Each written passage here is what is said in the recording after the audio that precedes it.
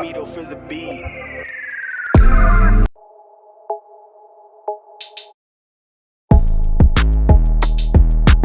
And then Ridley. Back to Iguodala to the rim. Oh, great block. James out of nowhere, skies to the rim. Boyd took the advantage and played off from inside the center square. Boyd kicked the goal. Boyd kicked the goal from inside the center. Here's Aloisi for a place in the World Cup. He's hands right back up. Big head kick. Down goes Thompson. It's over. Live it, breathe it, love it. All sports, double coverage.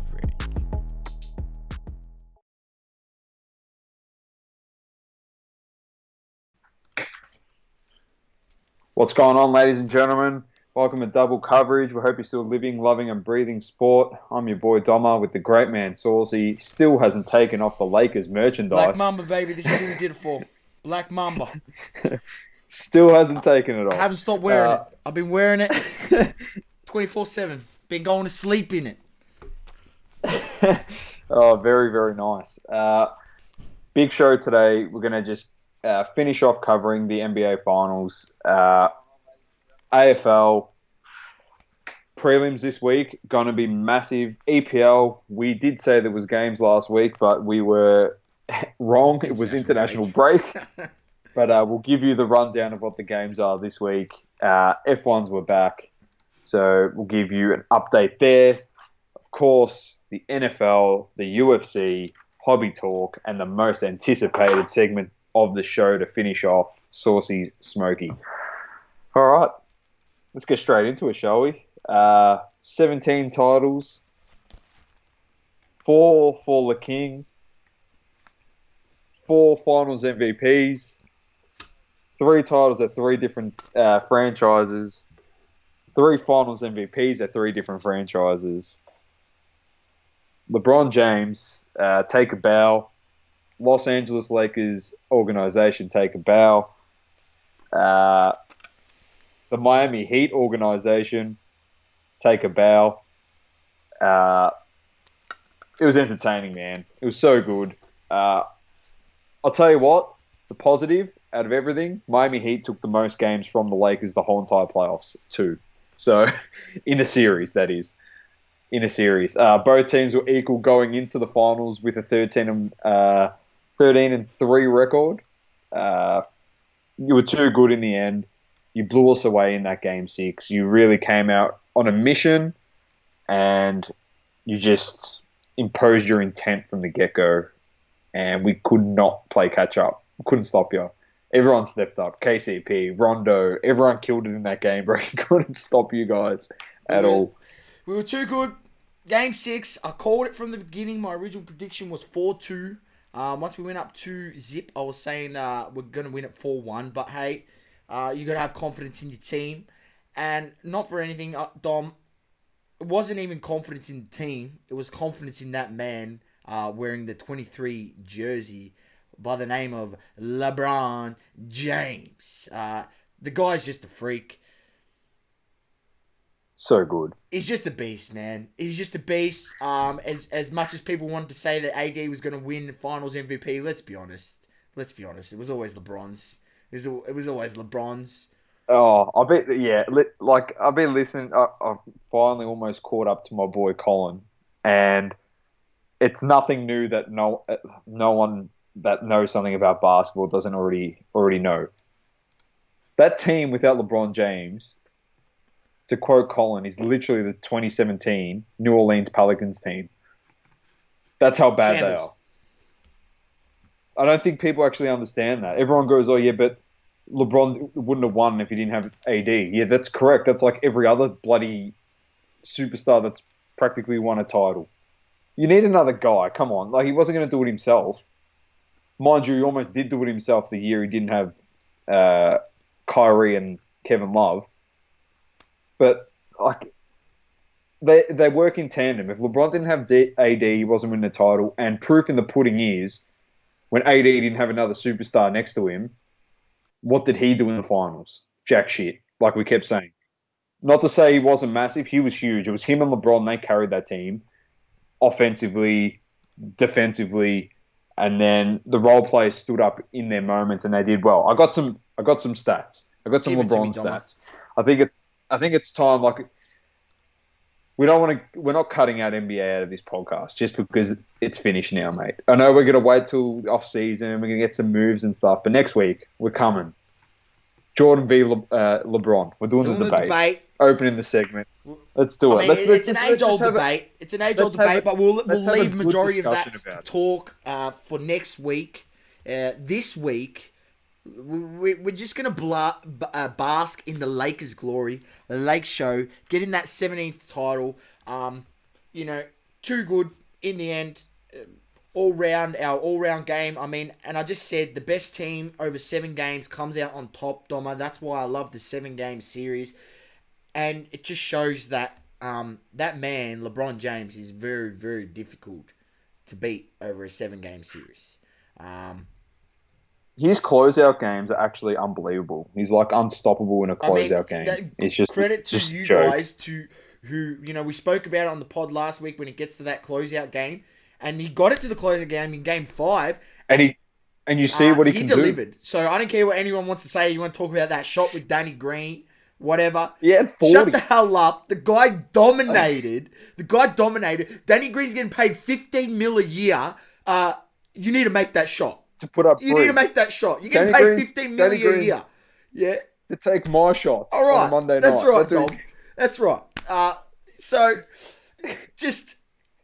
You're talking nonsense. You're just a hater. I love scrolling through the comments. So much hate for LeBron. The man wants his damn respect, and how you need to give it to him now. First ever player to do with the 3 franchises. People saying, oh, he's been out in the weak East his whole career. He's been out in the weak East his whole career. Well, the Western Conference has never been more stacked than what it is now. And what happened? How many playoff games did we lose? We lost freaking 5 playoff games the whole run. I know. There's nothing to say about him, to be honest. And like you said, with the good, there's always the bad, and people try and tear you down, and nobody can just give him credit where credit's due. And we will be discussing this a bit later on another topic in our hobby talk about something that's been happening in the hobby. But it's the perfect thing. Like LeBron won his 4th title. The first thing everyone said is Jordan is still better. No one was even talking about that shit. No one even cares. Like, the moment that people start saying he's the first to do something, like, he's not the first person to win 3 titles at 3 different ball clubs. That's been done before. Like Danny Green, Robert Horry, they've done that. But superstar. But he is the first player ever to win 3 finals MVPs at 3 different ball clubs. But the moment that's said, it's like, yeah, but so-and-so did this and someone did that, and they just disrespect everything he's done. So I did everyone the due diligence, and, so you don't have to go out there and have a look at the fact that LeBron led the Lakers in this series. Just remember, they got big guys, so they're very tall. You led them in points, rebounds, and assists. So everything. He's the second. He has the second most Finals MVPs with 4, behind Jordan with 6, and has the most playoff appearances ever with 260 in his career. So he's surpassed Derek Fisher. There's a lot more that we can put in next week when we'll discuss this debate between Jordan and LeBron. But it's not a thing of like trying to diminish Jordan or diminish LeBron. It's more the fact of like, let's wake up and have a look. It might just be we come out with the facts and say, listen, they're 2 different players. Like, which I've said that from the beginning. LeBron should be compared to Magic and Bird more than Jordan. Like Kobe was the one that should be compared to Jordan, as they were literally he was literally a carbon copy of Michael Jordan. LeBron's more Larry Bird, Magic Johnson. You might say no. Then go look at the history books, because you've got no idea if you like, people just underestimate Larry Bird and how good he was. He literally played half his career with a broken back. That's how good he was. Like LeBron and him are the comparison. But you won the title. That's the main thing. You went through so much adversity, obviously tragic passing of Kobe, and you took that pressure on as a ball club as well. LeBron made a promise. Once again, he promised Laker Nation that he was going to win him a title, and he delivered on that. But you took the weight on and ball that as a club, which was massive. You know, it would have hurt a lot of people. A lot of people were close with him in that organization, clearly. But you came up big when it counts. And people said that you didn't go through the Clippers. Well, guess what? Clippers and the Bucks. Everyone said Clippers and the Bucks. They weren't there. Let's just put it this way: the Clippers and the Bucks weren't good enough to get there. Exactly right. All right. Exactly right. That's why the Lakers didn't have the chance to face them. Clearly, Miami and Denver, who the Lakers ended up playing, they beat the teams that beat the Bucks and the Clippers. If people were paying attention, it really pisses me off when people start saying this stuff. Well, why didn't you They were get there? clearly Well, better. why didn't we have the opportunity? We did our job. We got there. Why weren't you there? You weren't good enough. So shut the hell up because we didn't verse the Clippers or whatever. We beat the team that was in front of us and we won the championship. I'm just going to say, I'll just want to read some Heat stats here just before I close with my final statement on this. But third lowest seed ever to make the finals. Won 9 games as the underdog. That's tied the most in the last 30 seasons, which is fantastic. And 5-1 in games decided by 5 points or less in the playoffs. So, honestly, they overachieved. And I'm as a Heat fan, so proud of them, man. They did a good job.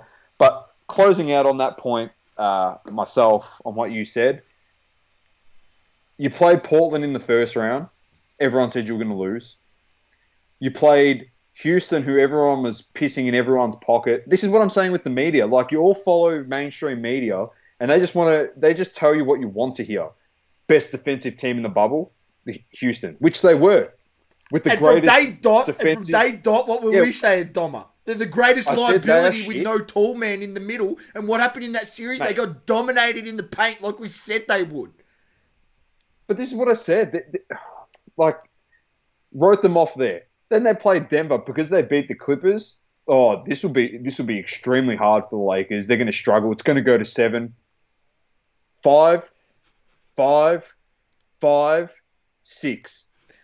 So the way I look at it is the team in the East, who's supposedly meant to be shit, was better than any of the teams that the Lakers played in the West and better than any of the teams that they played in the East because they ended up taking more games from the Lakers and took it to them more.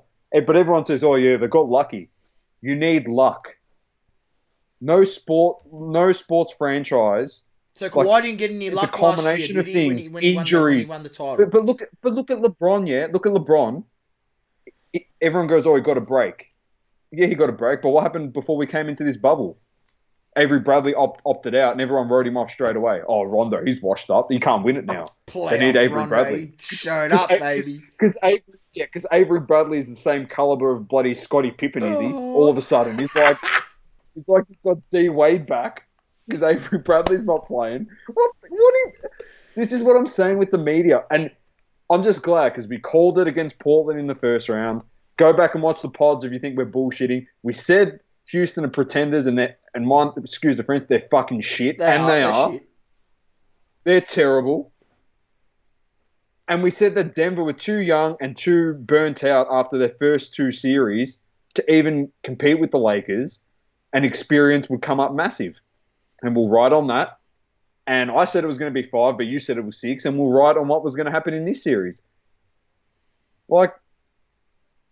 Facts. You just talk. If you know basketball, you know the outcome before it's going to freaking happen. The only outcome I reckon I couldn't have picked was the Clippers-Denver one. And Milwaukee, I didn't expect them to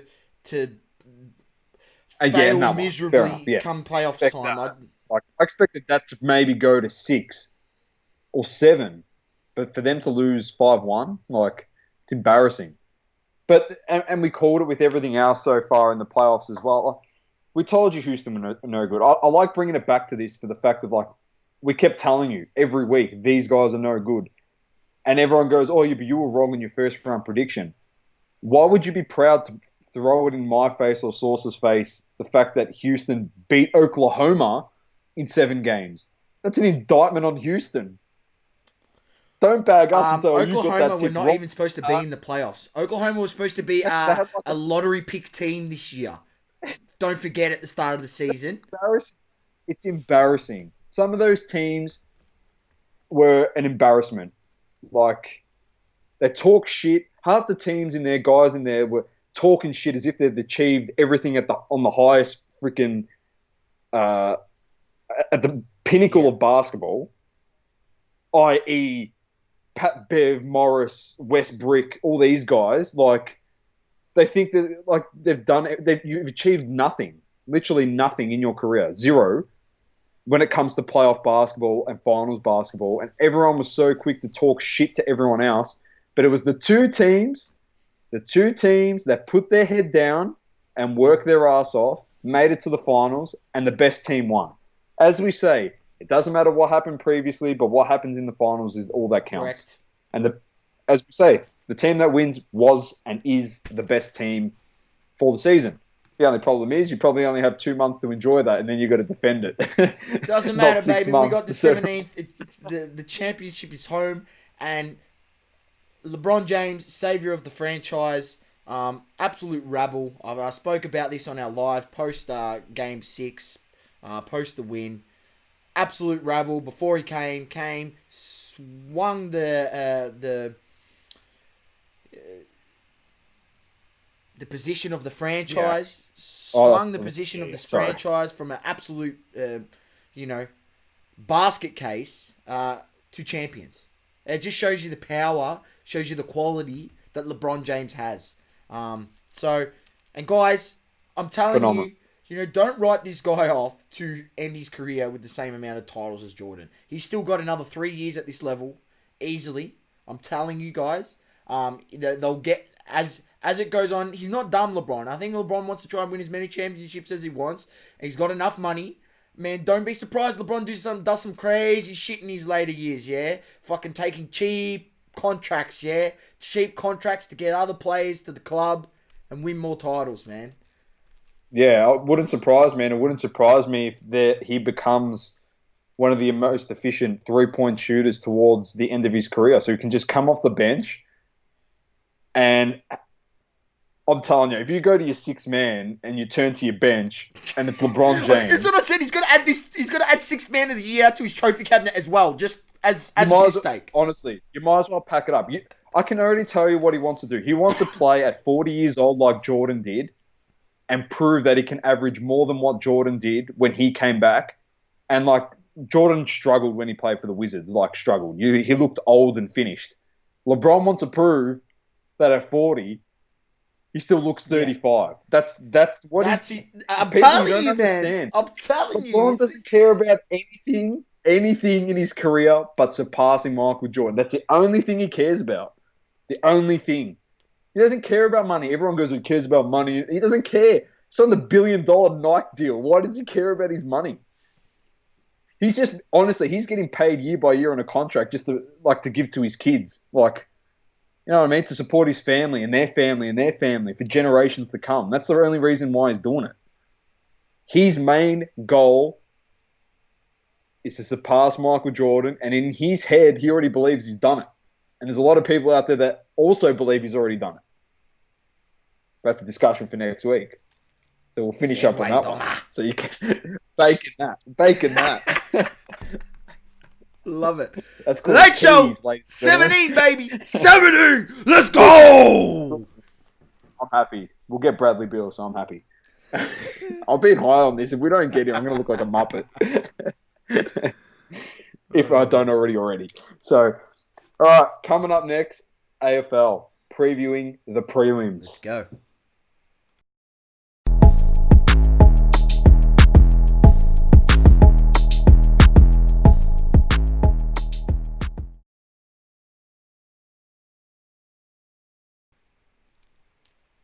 All right, Saucy, we're back. Last week was, as we mentioned, one of the most phenomenal weeks of finals football we've had in a long time in the AFL.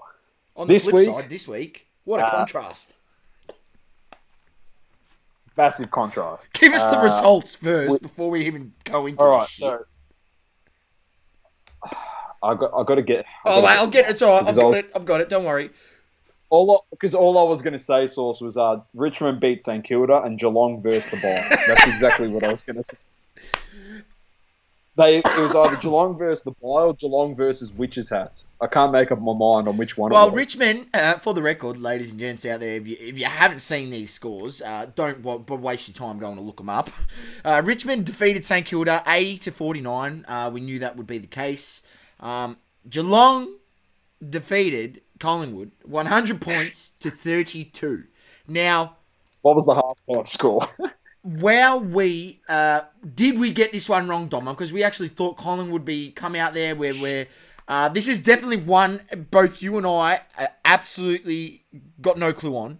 But they clearly played the grand final last week. Clearly, they thought they won the granny last week, and they were looking ahead thinking, we've got the wood on Geelong, so we're going to actually pip them here. Yet did they realise they actually had to come out on Saturday at 6:40 p.m. and actually turn up to the ground. They were still in the car park, in their car. They didn't leave their car, and they just drove to the ground, and they drove home. They didn't even step foot onto the field, essentially. They got slapped. Absolutely slapped. At halftime, we're going to talk about this game first because that is a joke. That is an absolute joke. At halftime, Collingwood Football Club were on 6 points. 6 points. 6. Are you fucking kidding? 6 points. At halftime, there was 6. Oh, I'm trying to figure out what the halftime score was. All right, here we go. It was 6 to... What's that? 6-60. Wow. They were down 54 points at halftime, Domma. That's embarrassing. Is that not an absolute joke? And I mean... I told you, it was Witches Hats, mate. Jesus. It was Witches Hats out 60-6. 60-6 in the second half. They still lost the second half. 40-26 in the second half. That's how you got that total score. Absolute indictment because Collingwood scored 1 goal in the first quarter, no goals in the second quarter, no goals in the third quarter, and then they put on 4 goals in the fourth quarter, 3 goals in the fourth quarter, and made it somewhat not respectable at all. No, when the game's over at half time. Dom, that was an absolute disgrace of a performance from the Collingwood Football Club. An absolute disgrace of performance. Geelong, on the other hand, looked, they look like they come out there and they were like, we're not going to lose tonight. We're not accepting this. It was a clinic. And it was a clinic. Geelong been listening to that double coverage. They were just like, we're going to shut these two guys up. We're not pretenders. And Domma, I love him a lot. I love the big forwards. Tomahawk turned up. 4 goals, 1. It's what you got to do as a big forward. Slotted 4, turned it around after last week, and that's what I like to see. We're not even going to delve into the game. You can just tell by the scoreline what an absolute domination was. I just wanted to drill Collingwood. I mean, I'm an Essendon fan, so I probably shouldn't talk on that sense. But when you get to finals, to put up the insipid effort that you got there in a elimination final. After what you put on the week we before, know the quality that you've got. So to have that same effort is an absolute disgrace, Domma. An absolute disgrace. And I always... I'm going to just go back here. I mean... Domma, they only had 50 tackles for the whole game. That's... Geelong they only had 46 tackles, but when you've always got the ball, you don't need to tackle. Around Witches Hats. There's Witches Hats, you just walk around them, mate. You don't have to tackle anyone. Absolute joke. The other game, Richmond, St Kilda. Richmond too good. Well, in saying that, St Kilda wasted their opportunity. Yes, they did. Right, and as we said, if you kick poorly in finals, you can kiss your chances goodbye. Finishing with 6 goals, 13 on the night. That's never going to get it done in a finals game. For Richmond, I know, everyone. your Richmond supporters, you're all a bit nervous out there, because you lost first week, and a couple of Richmond supporters listened to this pod and they said, "Dom, you're so high up on Richmond. Calm down, mate." Sauce and I, we backed Richmond 3 months ago. We haven't moved away from it. They're winning the flag. Yeah. You're panicking because you're playing Port Adelaide. Last time we played Port Adelaide, you had 6 to 9 of your key players not playing. And they just beat you. And look, they could have beat you by more if they took their chances, but they didn't. And so this could be in the point where you get those players back. A lot of that momentum changes, and it will be a good game, Domma. I'm looking forward to it. But you panic, everyone panics at the fact of Port can beat, Richmond Port can beat us, mate. Port should have played last week. They should not have beaten Geelong. Geelong kicked themselves out of that game. They are not good. They play behind the ball. If you can get out, it's finished. They're putrid. They can only play one style of football. If Damien Hardwick counteracts that type of football, which we know he knows how to do, and plus they got all their run and carry guys back now. All their run and carry guys. And they actually have a ruckman in Nankervis this time in the centre. No, I am talking about you, Ben. Yeah, I am. Yeah, I fucking earth I am. You and all your little buddies that you panic. I'll be honest with Richmond supporters here. I'm going to call them out. Because you panic in this moment, but the moment you win you don't shut the hell up. No, the first thing they're going to say when they win the flag was, "Oh, we done that easy." That's what they're going to say. "Oh, we done it easy." We struggled. We lost the first game, but then it was easy for us from that point forward. Mate, I've been saying you've been doing it easy for the last 3 months. So saucy. Yeah, absolutely give it to him. Absolutely give it to him. I'll sit back with a smile on my face because the moment the siren goes and Richmond wins that game, pencil in the grand final victory for you in 2 weeks.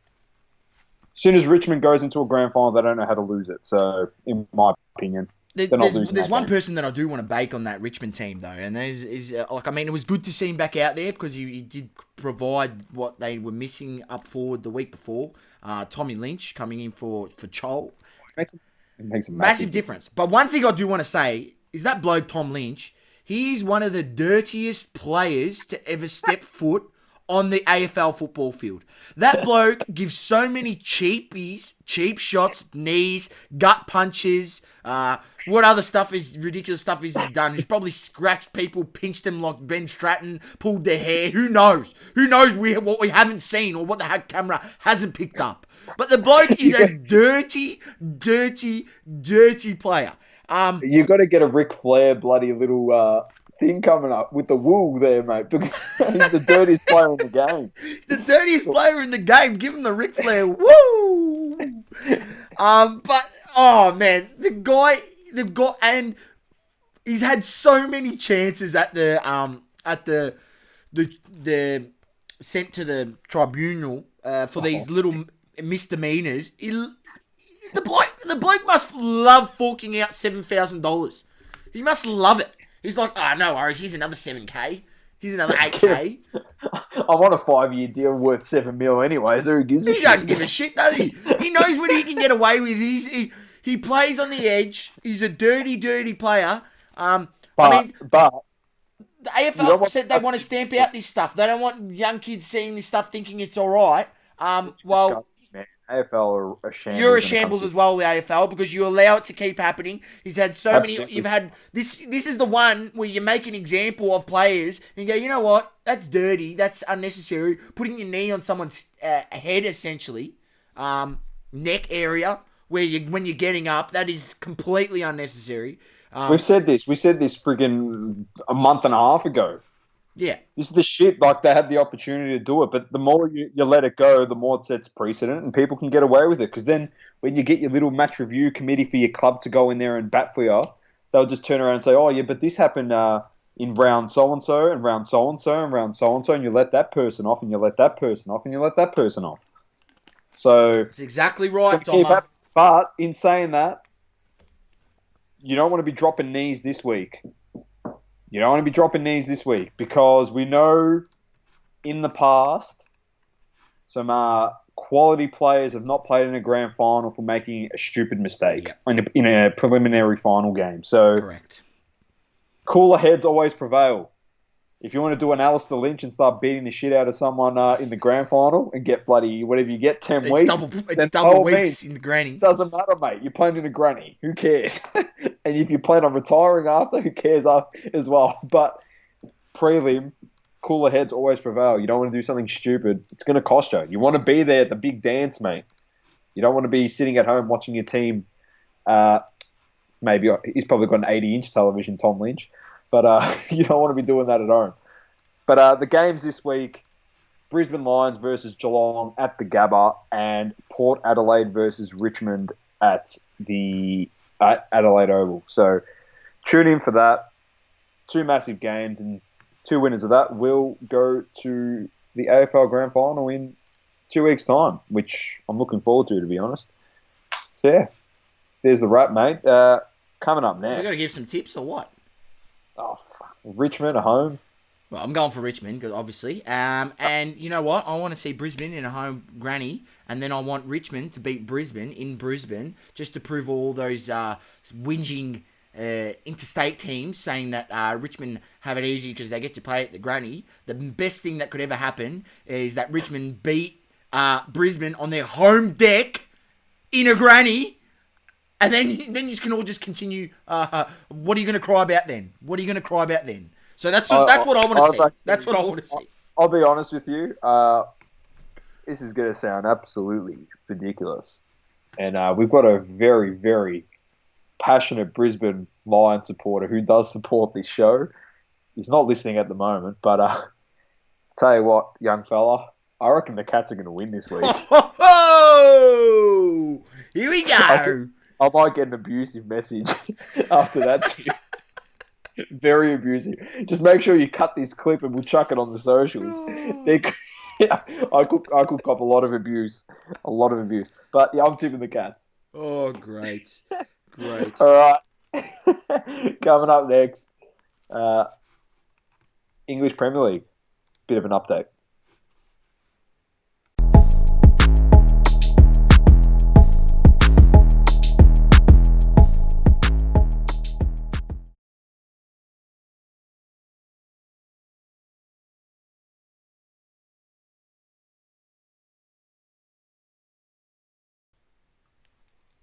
All right, we're back. Welcome back. We're back. You an EPL because we got that completely wrong last week as it was the international break. But we'll just give you a quick run through of what the fixtures are in the EPL for this week, and then we've got two little things we can just discuss briefly. But the games Saturday, Everton, Liverpool. Sunday, we've got Chelsea, Southampton, Man City, Arsenal, Newcastle, Shithouse United, Sheffield United, Fulham.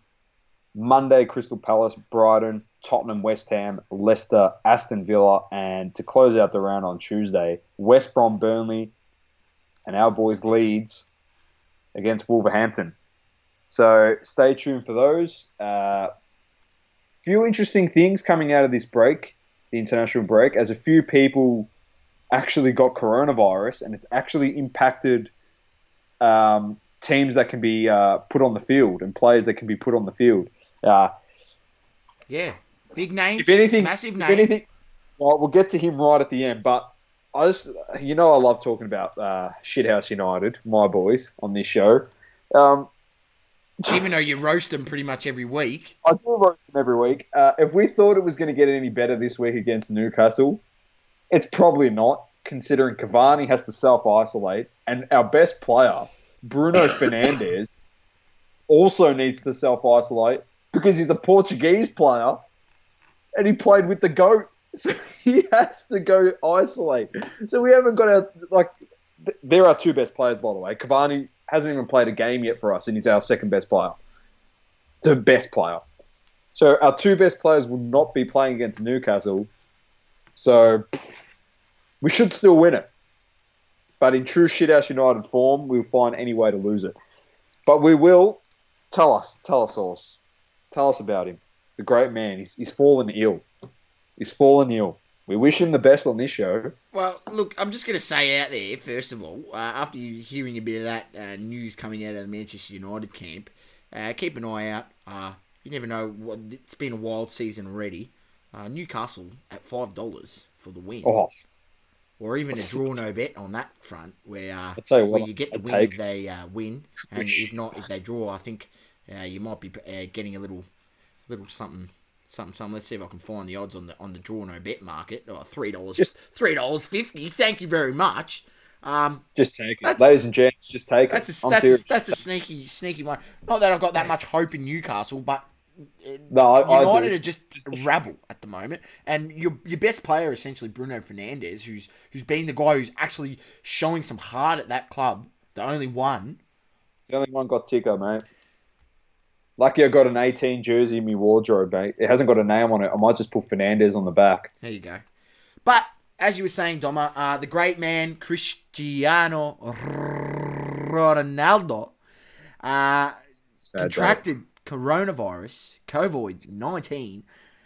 Unfortunately, not good for those players who were playing with him coming out of Portugal. They will be affected as your boy Bruno Fernandes has.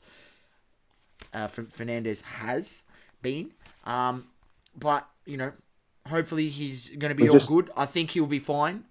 We wish him all the best. We wish him all the best, but I think he will be okay because he's an extremely fit person. And as we've seen, this virus doesn't really have much effect on those sort of ultra, fit athletes. Yeah. Donovan Mitchell had something similar, and let's just have a look and see how it affected his performance in the NBA playoffs. He got better. I mean, he got better after he got the virus. So, yeah, it's he'll be fine. He'll be fine. Seriously, we'll just go look down the barrel and just say, from the bottom of our hearts, Cristiano, to all the soccer fans out there, seeing as he is the greatest player to have ever played the game, and don't give me any other names, a certain guy that plays for one club he's nowhere near him. Domma, He's the greatest player. We love him to death. We can't wait for you to get back, Cristiano. And you know what? Is it fair to say he's come back to Shithouse United, save us. He is the GOAT. The greatest player of all. He's the GOAT. He's the GOAT. I've given him the GOAT. I'll give him another one. He's the GOAT. He's the GOAT. He's the GOAT. Should have whacked one of those up for LeBron. You can next week. We'll just keep the GOAT going for the whole segment against him and Jordan next week. Just battle of the GOATs. Who's more goated? What about Zlatan? Zlatan is not the GOAT. Zlatan is God. So there's a difference. No. God worships Zlatan. It's two different things, mate. Zlatan is Zlatan. He's on his own level, mate. No, but great character, but not on the same level as Ronaldo. Ronaldo. Not on the same level. Nowhere. Best ever.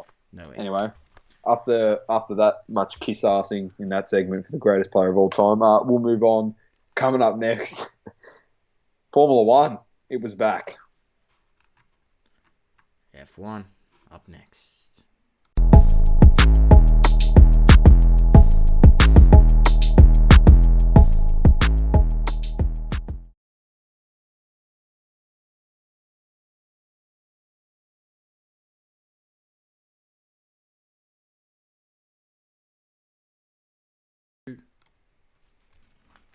All right, we're back. F1's was back. German Grand Prix. Run the Nürburgring. Any surprises this week, Domma? Oh, it was fantastic. Any surprises? Yeah, there was a couple of surprises actually, but any surprises in the winner? Well, no. Honestly, I thought he might not actually win it, but I just got something to say about that as well a bit later on. But anyway, German Grand Prix. Bottas led the race from the beginning. He's got some very poor starts when he gets pole position. I can tell you that much. He had to work hard. He kept it, but it was him and Hamilton split about, I reckon it was 1.8 seconds, 2 seconds. Verstappen had a lot of pace. He was right behind Hamilton in third the whole time. Verstappen had a very good race. not much in it. It was just stock standard. Couple guys are in the backfield clipped each other as per usual. Lance Stroll did not drive, so he hasn't driven in, I reckon, a month now, over a month after he crashed twice and he didn't drive. But Nico Hulkenberg jumped in, the big Hulkenberg. It was great to have him back, the Hulk.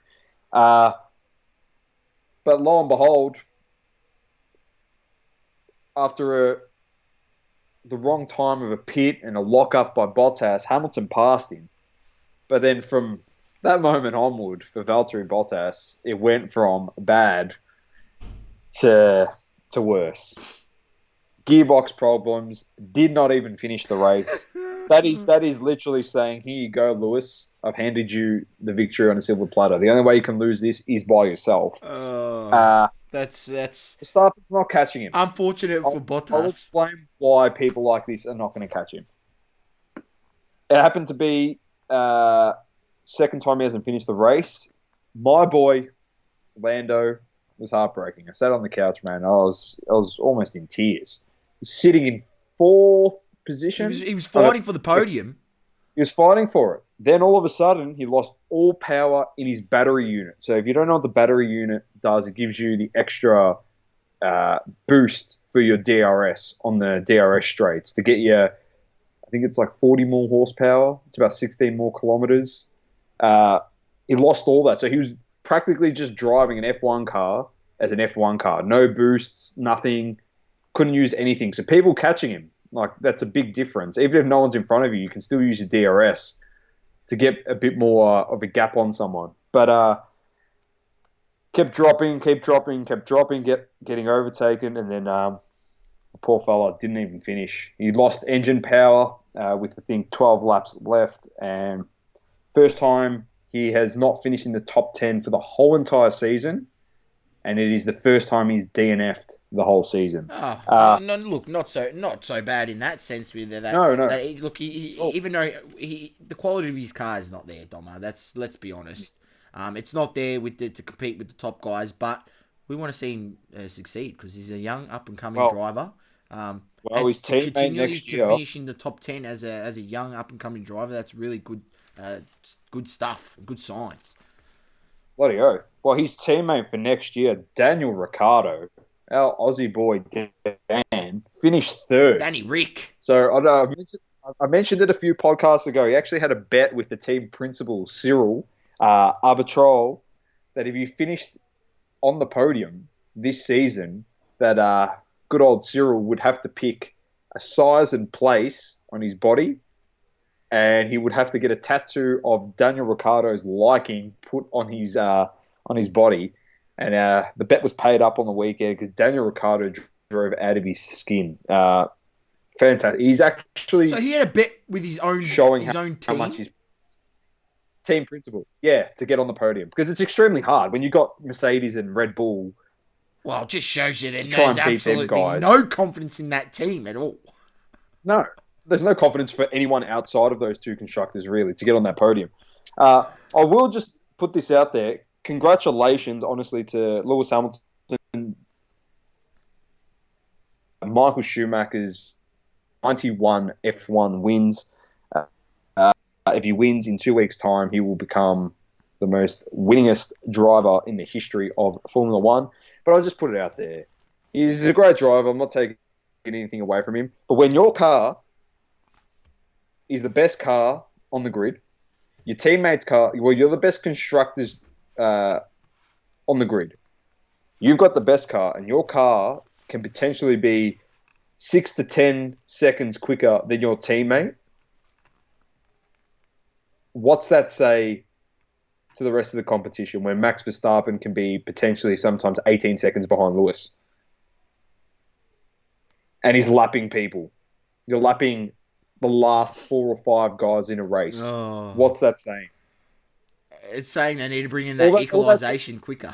All it says to me is bring on 2022 so we can actually see who can drive and who can't. That's all I know. It's actually proving to me, like I've said, these young guys like Norris, Gasly, Leclerc, it just proves to me in cars that, like Ferrari shit, I don't care what anyone says, they're no good. how well they drive those cars Yeah. is actually a credit to them. Daniel Ricciardo, like he went from Red Bull. I'll tell you what, if Daniel Ricciardo was driving that car Alex Albon was driving, he would not, like Albon didn't finish the race again. You know what I'm saying? Daniel Ricciardo's gone to Renault and he's putting in great drives. Like, it's just, they're just so He far left ahead. Red Bull on disagreement, wasn't it? Yeah. Sort of sour circumstances. He was not happy with the way he was being Christian, treated. yeah, Christian Horner's a bit of a funny cat. He could see that like Max Verstappen's the future of like Formula One, so they pretty much put all their eggs in that basket. He was younger, in my opinion. Verstappen is a better driver than Daniel Ricciardo. Daniel Ricciardo, if he was here right now, would say that I fucking lost my marbles. But that's with any driver. Every driver thinks they're the best, and if they had the best car, that they could win a championship. And in saying that, if Daniel had Lewis's car, he would win the championship, in my opinion. So, but the standings in that race: Hamilton first, Verstappen second, Ricciardo third, Perez fourth, Carlos Sainz in fifth, Gasly sixth, Leclerc seventh, Hulkenberg eighth. That can't be right. Grosjean ninth. I'm actually shocked with that. I actually put Grosjean ninth, Giovinazzi 10th. Haas is shit. You seem amazed, Domma. I must have made a mistake. I'll fact check that because that I'm blown away. World Championship, Lewis is 230. Bottas didn't even make a dent because he didn't finish the race on 161. Verstappen 147. And this is my favourite part. Ricciardo 78, Perez 68, Norris 65, Albon 64, Leclerc 63, Stroll 57, who hasn't even driven in a month, and he's still there. Gasly 53. And the constructors, I'm not even going to bother because Mercedes are in front by 180 points. So there's no chance that's anyone's locked catching. away in the bag. That's done. That is done. Next race is in 2 weeks, but I'll give you that update next week on the podcast. So that's it from me. Coming up next, UFC. We'll be back.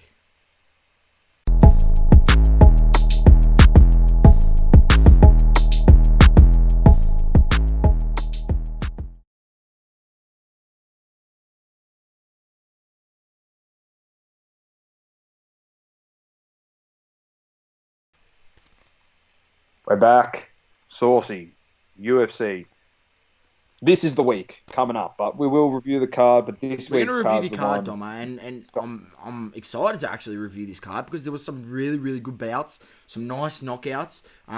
Definitely, I'm going to start off with, as you know on the show, I only go over the main card, don't really go over the prelims. But when I do see a nice knockout, I am very quick to find a video on the World Wide Web and see what it's all about. And let me tell you, in the middleweight division on that prelim card, Impa Kasanya has been absolutely knocked the fuck out by Joaquin Buckley. If you haven't seen this knockout, find a video and watch the knockout. I think it might even be on the UFC Instagram page. It's on there. They've got a little short clip where you can just see the knockout. Ladies and gents, I'll check this. I'll check this while you're is doing an that. absolute pearler of a knockout. You got to watch it. Dominic, you watch it while I'm going through a few more of these results, and then we'll come back to it, and you'll see it was. They put it up on their Instagram, UFC. I think this is the one where he grabbed his leg, isn't it? Yes, that's the one. So he grabs his leg, tries to kick him, grabs him, turns around. This is some Bruce Lee type stuff right here, and literally turns and kicks him straight to the head with his other leg while the other guy's holding his other leg, and it was good night. Literally, good night. The guy was asleep. So that was a great knockout. I was frothed it. Absolutely frothed it. Here it is. It is on here, ladies and gents. Get on. Absolutely frothed. And have a look on the I UFC page. I shared it out in the stories. Dommy, you can even give it another share. We'll give it another share later on, or shortly when I stop yapping. I'll get on my phone and I'll share it out so people can view it. We'll go over the results. So you had in the featherweight division, you had Ilia Topuria getting the decision over Yusuf Zalal. in the third round. Went all the way to the end. Then you had the heavyweight division. Domma, you know I like watching the heavyweights, but anyone out there, don't even waste your time watching this fight. I mean, Tom Aspinall versus Alan Badot. Alan Badot? What the hell are you doing in the UFC? Honestly. If you want to actually see comical fucking fighting in the UFC, go watch this Alan Badot. Whatever your fighting tactic or technique was, you need to rethink it because it was actually pathetic and was cringe-worthy to watch. The finish was a bit, it was not like a special finish, but the guy at the end ended up just covering up and not even defending himself, and just started copping hammers while he was on the ground, and then the ref had to stop the fight. But the way he actually fought throughout was just bizarre. Turning his back, just weird shit, Domma, weird shit. It's like he just went in there for the pay packet. Middleweight division, Dirkus Duplessis getting the win over Marcus Perez. Now, Dirkus Duplessis, even though he's got a MMA record of 15-2, that was actually his first bout in the UFC over Marcus Perez, who we know in the middleweight division. Domma, this was a great knockout. Very Just shared clinical. that thing for you as well. Very clinical. Very clinical. From the outset, Perez looked like the fighter who was putting the pressure, was demanding the center of the octagon. But credit to Duplessis because he caught him with an absolute... You go have a look at this knockout and you'll think, how did he knock him out with that punch? But when you time your punch and hit that spot, you can knock out anyone. He timed his punch with Perez he was throwing a combo. Perez ducked. As he's ducked, Duplessis has thrown a short left hook. When I mean a short left hook, this thing was no wind up, hardly any wind up on it, Dom, but it caught him straight on the temple, on the button. Good night. He was out. He was done. He ended up copping another 5 fists on the ground. The referee was probably slow to stop the fight. He was out on the first punch. So, wow. It was great stuff. Good to watch. This heavyweight bout, Ben Rothwell defeated by Marcin Tybura. Great bout. Went to 3 rounds. Both guys fought hard, but Tybura was just the more active fighter. It was probably, it was a little bit even. Probably I would have been edging Tybura anyway, but got to the 3rd round. Tybura was able to get into the ground for a good 2 minutes, 2.5 minutes of that round, assert his dominance, and then it just proved, once you were able to get on top and ground and pound, it just showed that you'd done more work throughout the fight to get the decision. Referees got that one on point. You got Edison Barbosa getting the decision over Marquand Ricani, and then you had Corey Sandingham versus Marlon Moraes getting the knockout in the 2nd round. Clinical stuff, Domma. Watch the fight. Corey Sandingham, Sandhagen, sorry, my bad. Corey Sandhagen. He was not Sandingham. Sandhagen. He was clinical. Looked the better fighter on the night, and got the knockout in the 2nd round in the bantamweight division. That runs us through that card. Some good bouts. If you find some videos to watch some of those bouts online, or either via the UFC Fight Pass, tune in and have a gaze. This week coming, not next week. This Sunday. Let's go. Domma, here we go. I mean, we've got 2 absolute back-to-back banger weeks of UFC. This Sunday, the following Sunday, we'll talk about that next week. But we'll just have a quick, the main event of that one in 2 weeks' time, Khabib versus Justin Gaethje. We want to see that. And our boy Roddy Whittaker versus Jared Cannonier. That's going to be 2 great fights. But that's in 2 weeks, Domma. This week, we've got the main card. We've got the main event is Brian Ortega versus Chan Sung Jung, the Korean zombie, as he's known. It's going to be a great fight. It's going to be a great fight. I'm looking forward to it. You've then got a heavyweight bout, co-main event. Cyril Gane versus Ante Delia. Gane is actually 6-0 professionally, so always interesting to watch those guys and see how they go. Then we've got in the women flyweight, Caitlin Chukagane. What a name, Chukagane. Literally spelled Chook again. Oh, it's a bit different. Chukagane. I'm going to call her that.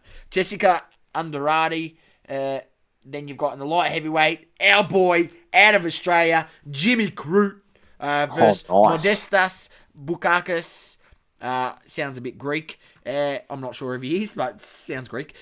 Featherweight, you got Thomas Almeida versus Jonathan Martinez. That featherweight bout, very good. Thomas Almeida and Jonathan Martinez. Obviously, we want to watch Jimmy Crute in the light heavyweight division. It's definitely one to watch. We'll just have a look at our boy Jimmy Crute. The bloke has won his last 3 bouts. No, he's won his last 2 of 3. So he lost the one before that. Won his last bout. So let's hope he can get the chocolates in the next one. And then obviously you got the prelim card. Prelims starting from 7 a.m. in Australia. Main card starting from 10 a.m. So if you're up early Sunday morning, tune in, flick it over to ESPN if you've got Foxtel or KO or one of the streaming services that we provide here in Australia, and start watching some UFC. Very nice. So looking forward to it. Domma, massive card, exciting stuff, and yeah, it's going to be a bumper 2 weeks of UFC coming up. It's going to be great. Bumper. It's going to be great. Very, very good. Very good. Beautiful. All right, mate. Coming up next, the NFL. And could be another grumpy sauce. Coming up next.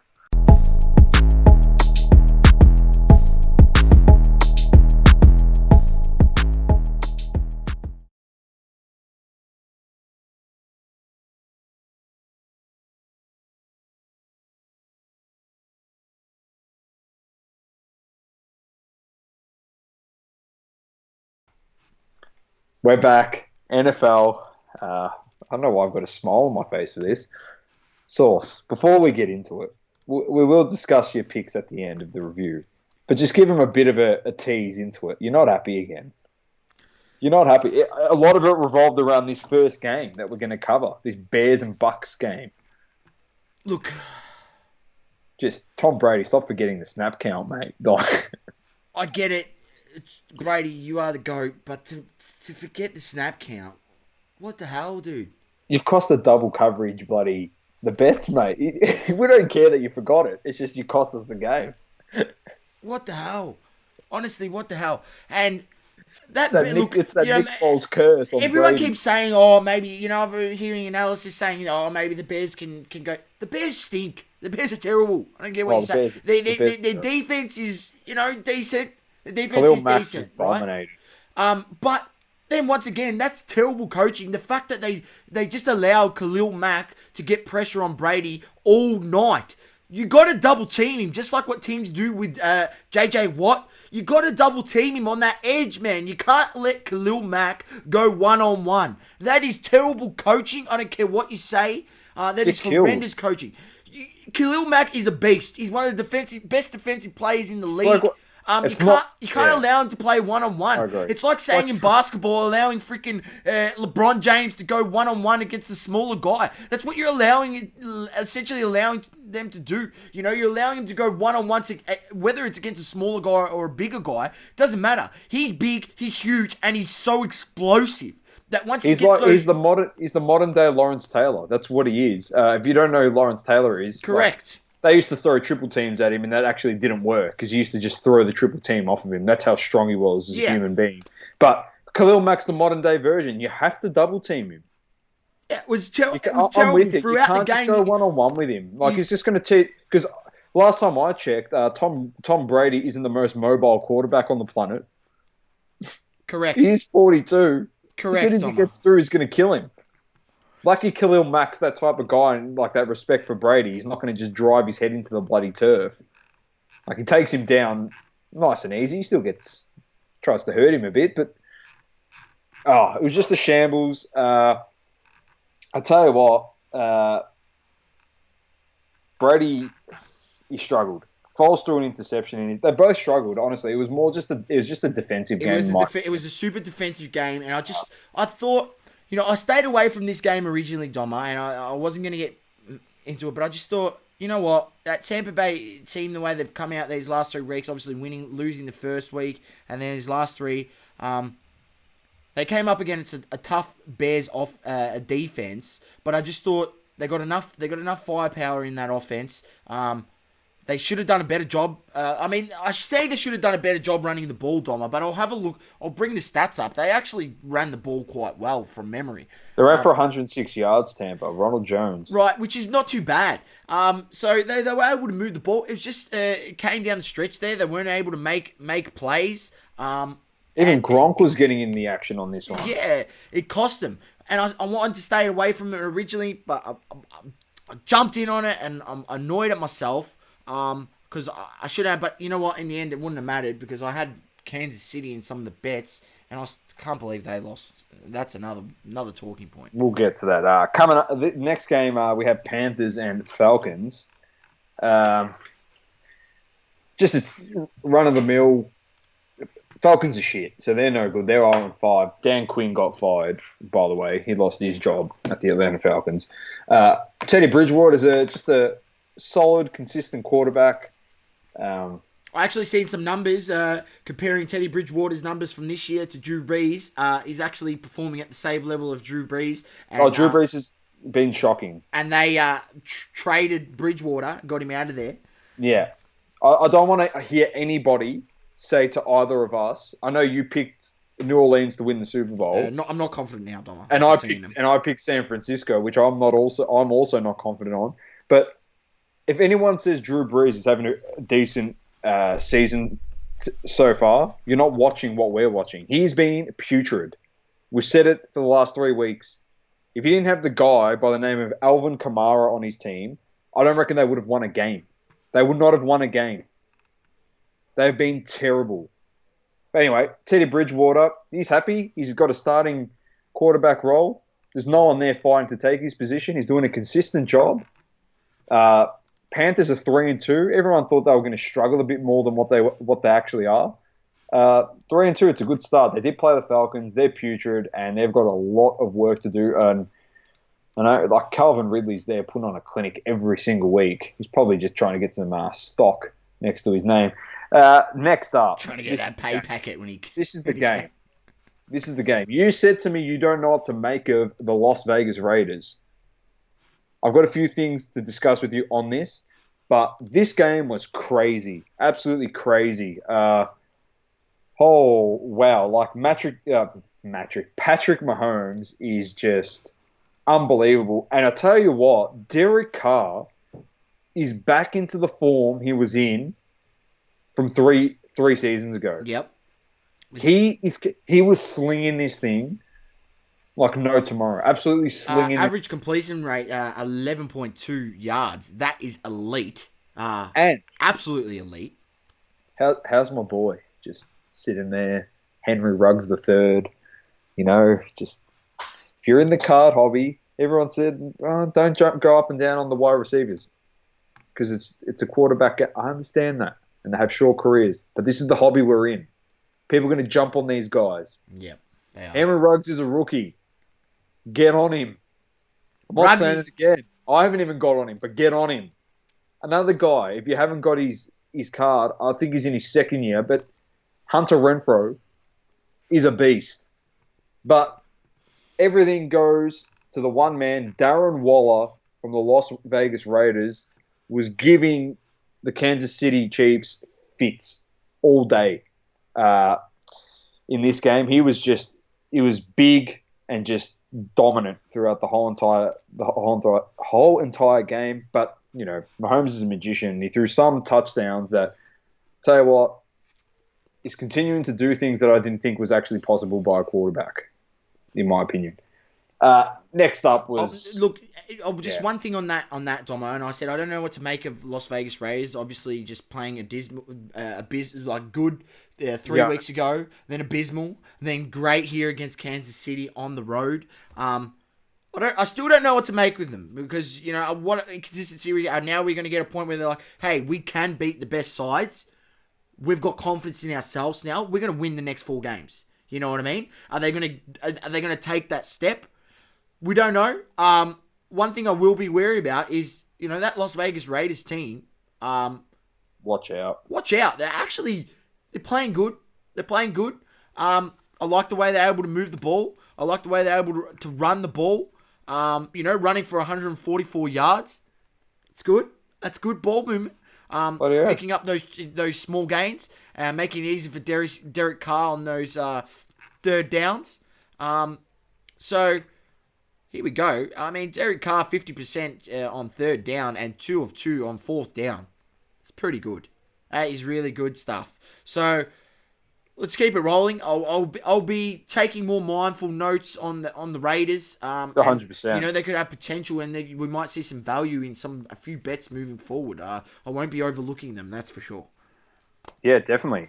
Next up, we have the Arizona Cardinals against the injury-riddled Sam Darnold. My one win of the week, Domma. Out of all my bets, 5 bets. Your boy. My one win of the week, Kyler Murray. -7 seems to be a pattern. You just bet the team favored against the Jets. You win money because every team's covered the line all weeks. So this week coming, we've got your boys, Miami Dolphins, -8.5 on the line. If anything to go by, it might be a possible bet.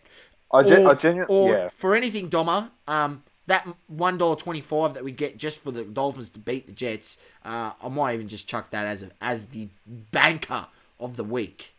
Yeah, well, your boy wasn't Kyler Murray. I was referring to the other end, Joe Flacco.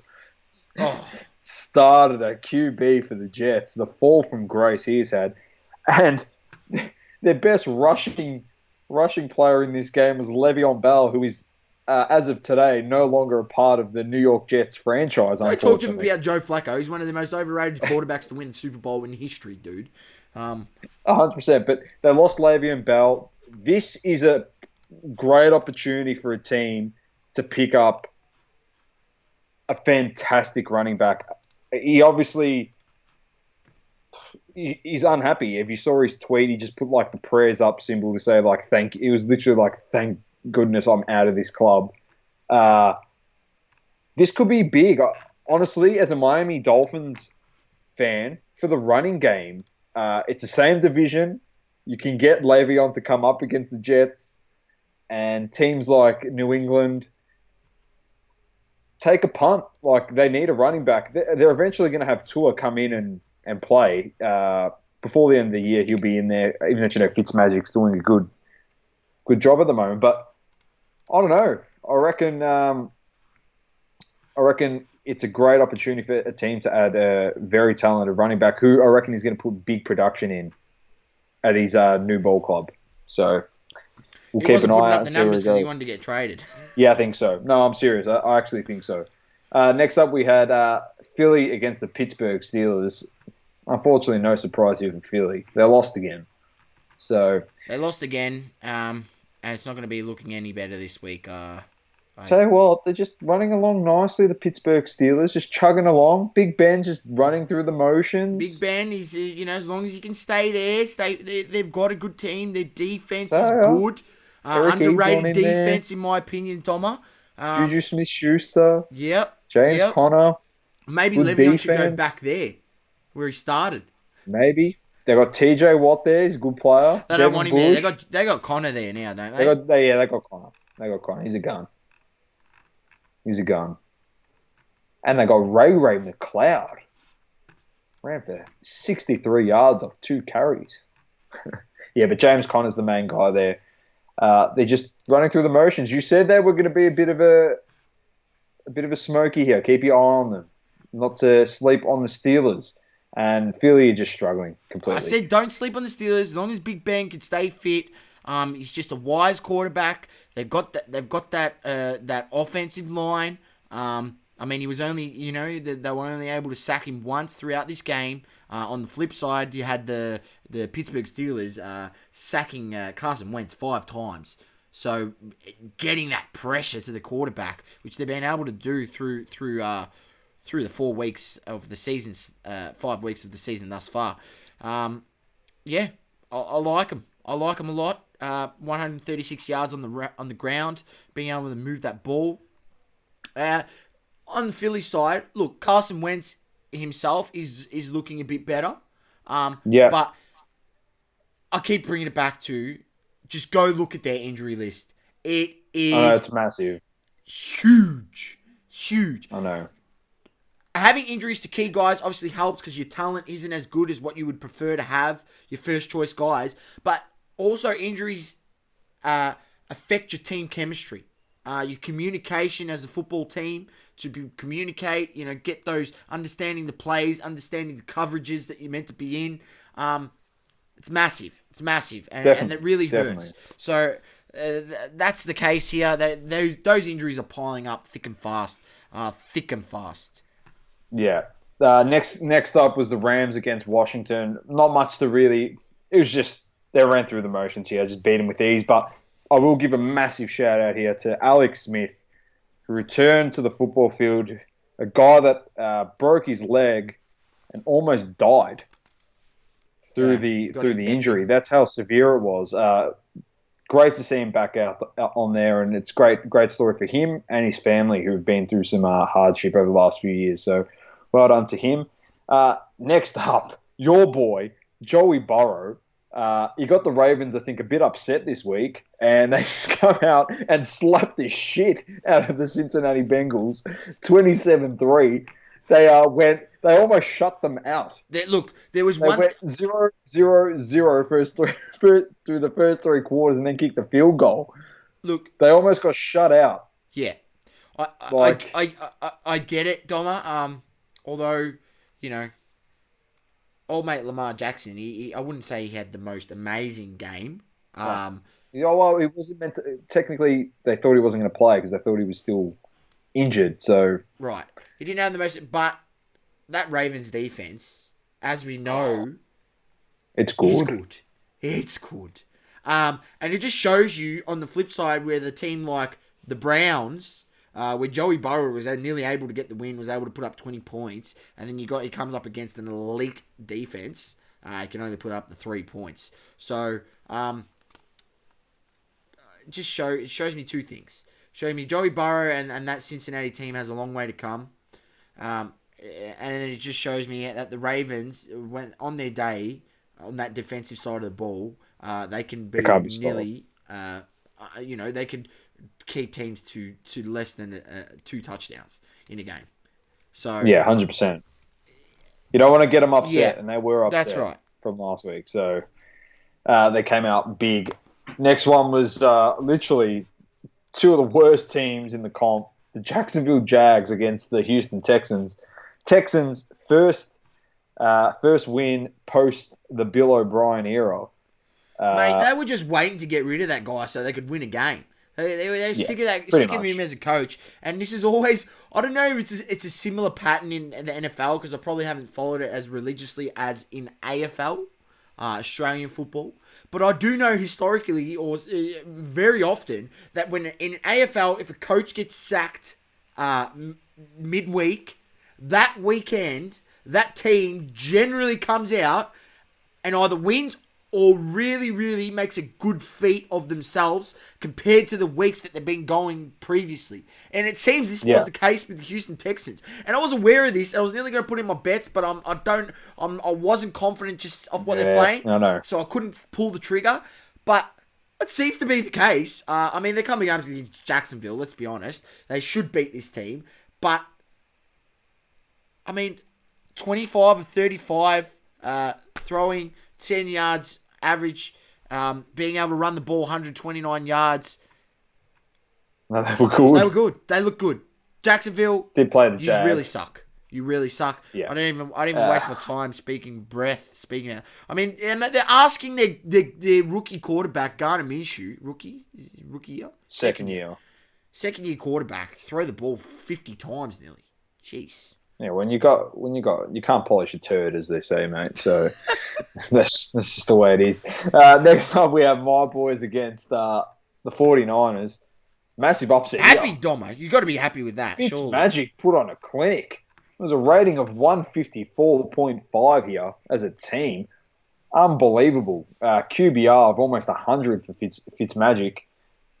And then on the other end, CJ Beathard had a QBR of 11.8, and Jimmy Garoppolo had a QBR of 1.4. I think, Sauce, that deserves a good old-fashioned. Oh, we're going to do it, aren't we? Wait, I think it's this one. I've got no idea. It's this one. Lemon! Jimmy G, you get the lemon of the week out of the NFL. Oh, That I've is got the thing playing pathetic. here. That is pathetic. Wowee. A QBR of 1.4. Crikey. It was unbelievable. Absolute crikey. That is horrendous. I'm trying.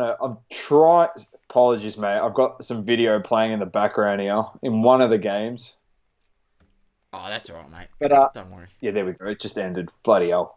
Pain in the ass. It was Malcolm Butler making an interception on, I think, my boy Josh Allen. But good win. Garoppolo got subbed out of this game for Beathard. He absolutely struggled. But good stuff for my boys, and I'll take it. Next game, a sad one for people from Dallas. Dak Prescott went down in this in a 37-34 win over the Giants. Yes. They're now 0-5. Dallas go to 2-3. Prescott is done for the season. Snapped Honestly, his stiff ankle. stuff, Domma. They franchise tagged him again. Yeah. He was looking for that big contract, that extended contract. They franchise tagged him. Honestly, in the next CBA for NFL players, they need to fight to get this franchise tag abolished. It's an absolute joke. I did a bit of reading on it. So essentially, a team can franchise tag you, and you then can't go anywhere else. You're locked into them for that year. The franchise tag on a quarterback's $31 million per year, but it's essentially a 1 year deal. Now, they after the next season decide to franchise tag you again, you're then on a 1 year deal again. So there's no guaranteed money. There's no exactly what's happened here. You snap your ankle, you can't play. Now most likely there's talks where they're thinking, when next year where there's going to be revised salary caps and all these sort of things, they could be keeping Andy Dalton and moving on off Dak Prescott in terms of the Cowboys. Who knows what Jerry Jones might do? He's absolute nut job as an owner. So sad, very sad, shit. man. It's shit for the players, man. It's really he took shit. a gamble on himself. They're the guys that go out there and put their body on the line every week. They need it. You need to look after yourself, man. And this is where I'm saying that people want to get on guys for holding out on their contracts. Well, this is why they hold out, for this reason. He was playing very well this year, to date. I know Dallas were 1-3 coming into this, but he was throwing at a high clip. He'd changed his offense to match McCarthy's offense. He was doing such a great job, and now, unfortunately, he's done. But in saying that, Dallas, you do have Andy Dalton, who's a proven quarterback, veteran, can play. He's not as good as Dak, but he's no slouch. He's probably he's probably about an average quarterback. He's okay. You can still win. They can still win this division because the division is shit. They can definitely still win this division. They can win. They're going to win this division with a losing record, Domma.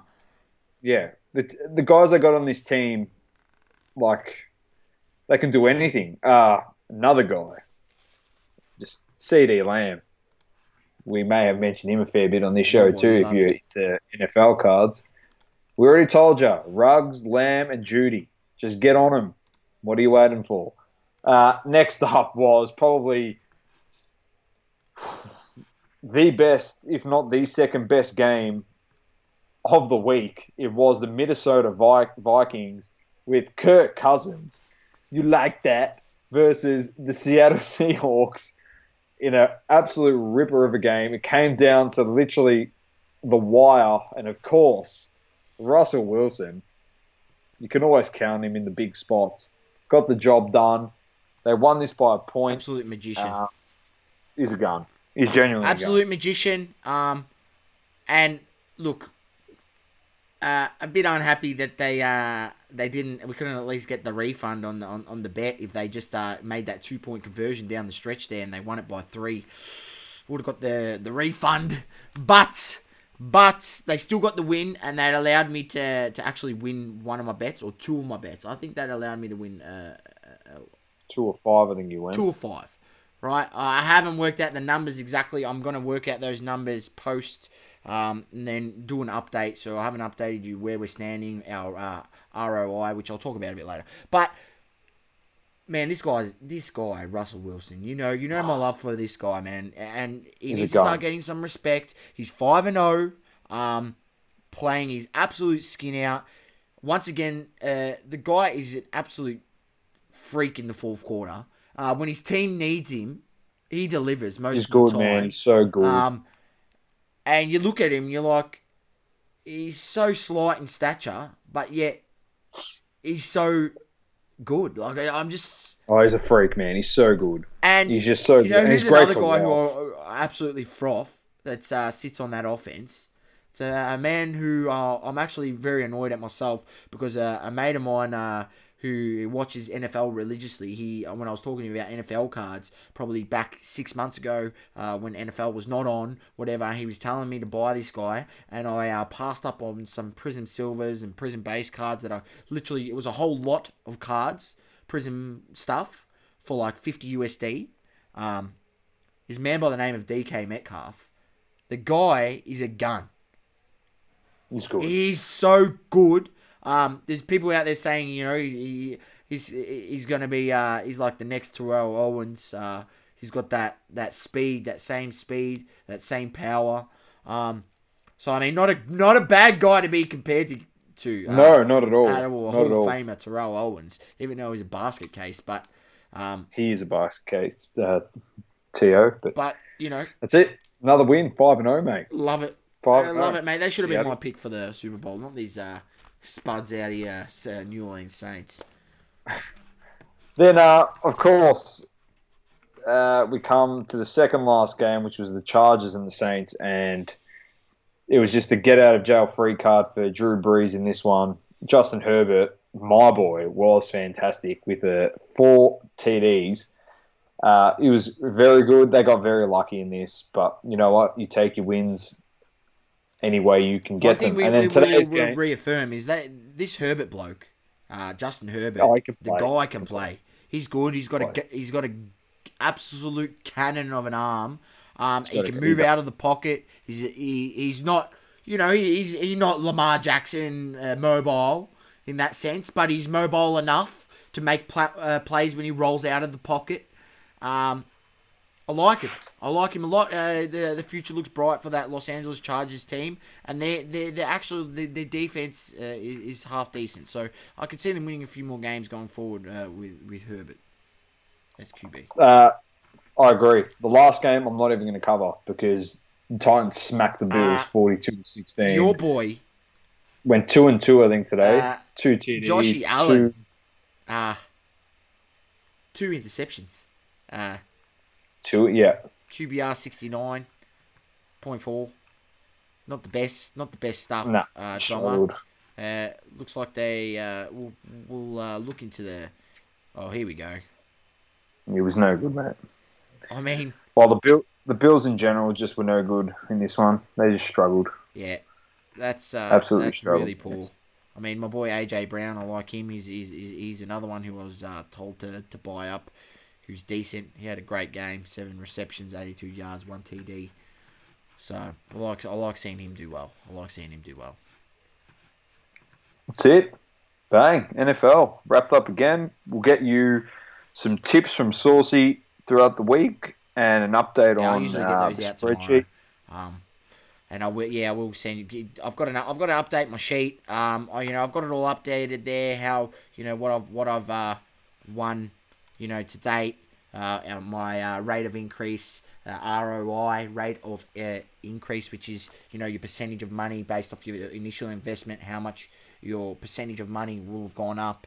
And I've got my cumulatives and everything. It's all documented, ladies and gentlemen. Just I haven't updated it from this week. But after last week, I can tell you, Domma, we were sitting on an ROI of 10.7%, meaning your ROI of your investment was up 10.7, which isn't the best. But there's many weeks to go. Now after this week, that would have definitely dropped. That would have most definitely dropped. I think so. Unfortunately. And, the Chiefs losing at $1.16, probably I've learnt my lesson in a sense. Don't assume always that that's why I like to move the lines a bit and try to give myself a bit of cover, which I did that in some other games and was successful. But I still don't know how the Chiefs lost. So but maybe that's a wake-up call for me, and a wake-up call that I need to start taking the Las Vegas Raiders as a serious team that can cause some upsets. So Bloody oath. The bets, as I'll just run through the bets, what they were. So I had Arizona Cardinals -7 on the line. I had that for 1%. Got the win. Then I had a multi with Seahawks -3 and Cowboys -3 for 2%. Well, that lost because Seahawks only won by 1 point. And then I had a multi Seahawks win, Rams win, Steelers -2.5 for 2%. I won that. Then I had another multi which I had Buccaneers -2, so I was stuffed with that. Then I had Chiefs win, Seahawks +3.5 and Rams +3.5. So I cooked that, won 2 out of the 4 of that. Then I had another multi, which was Chiefs win, Seahawks +3.5, Rams +3.5, and Cowboys +2. Now, as you can see, I tried to reuse those same bets and go in again with just 2% on that one. So the first one multi that I lost before with the Bucks in it was 3%, so dismal by me. And then another 2% that I've gone down because I freaking lost the Chiefs at $1.16, lost for me that one. So if the Chiefs just won, Domma, we would have been sitting here. I would have been smirking. I would have been 3 or 5. We would have been positive for the week. We would increase that 10.7%. But I'm sitting here, sour grapes. And that balls it up. A bit annoyed at myself that I went too much into the shorts. It worked for me the week before, so I tried to back it up, and I thought I was being smarty pants, but it doesn't seem that way. So reassess this week. Reassess. You come back bigger and better, mate. There's one advised bet that I can advise right now from the get-go, and that would be the Miami Dolphins to bank that $1.25 against the Jets, because the Jets suck. And gamble responsibly. Gamble responsibly. Yes, please gamble responsibly. As you do it. As we like to always mention on this show. And don't ever bet more than you can afford to lose. Correct. Perfect. That's the NFL review. Coming up next, I think Sauce and I are probably going to lose our absolute shit during Hobby Talk, which is going to be great. Could be 18 plus advice for this one. Hobby Talk is next.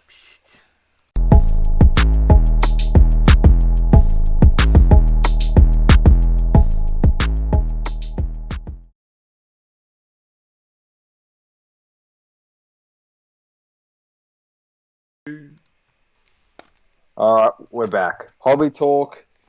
Great to have it. Fortunate enough to have it. But I tell you what, viewers' discretion, listeners' discretion advised before we get into this rant. We love talking about great things that happen in the hobby, but also we have rants in there, and people might say, yeah, you want to be positive as much as possible. Yeah, we are positive about the hobby and the people within the hobby. It's externally and people that have come into the hobby since it's blown up, that it's just trying to, make a name for themselves the wrong way, and trying to get attention, but in the same process trying to take down others that are doing fantastic things in the hobby. Now, I experienced one myself personally throughout the week. That's why I'm going to mention one of our good friends. on the podcast. Another one was one of the big stories throughout the week. I'm not going to get into too much. I will tag them. I always tag people that we talk about their accounts in the thing, just to let them know we have discussed them on our podcast. Founder Michael Vinokur of Poolwax had to come out and make a public statement about a video that was put onto social media when he opened up a case from his supplier. He was doing a personal for one of his mates, and he opened up a prism case. There's meant to be 12 boxes in there, but he opened it, and there was 11 boxes in there. People saying that they're scamming people, they're resealing product, blah, blah, blah. Listen, I want to get, I'm talking about it because it's happened since our last podcast. So I just want to address it now. I'm not going to address it again after this. So, yeah, I know Michael's put this behind him, and he's moved on now. He's addressed the issue, and that's fine. I just want to address it here for people in Australia that may have not seen it. And if you don't follow Poolwax, who are based in Miami, go and follow them. They're doing fantastic things for the hobby. Making cards great again is their motto. They're making cards great again. That is their motto.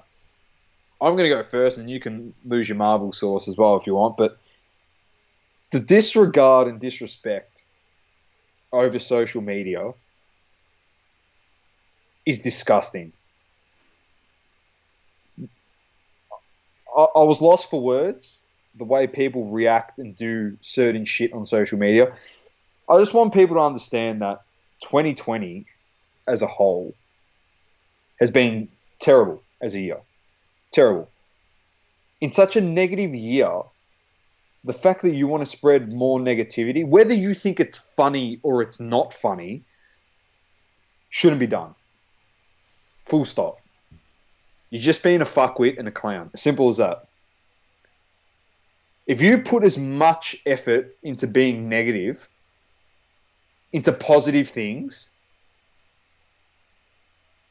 maybe you will be able to achieve what companies like Poolwax, as I mentioned, and the other company that I had an experience, Cherry Collectibles, may be able to have achieved. You might be able to reach that goal and that success. Yep.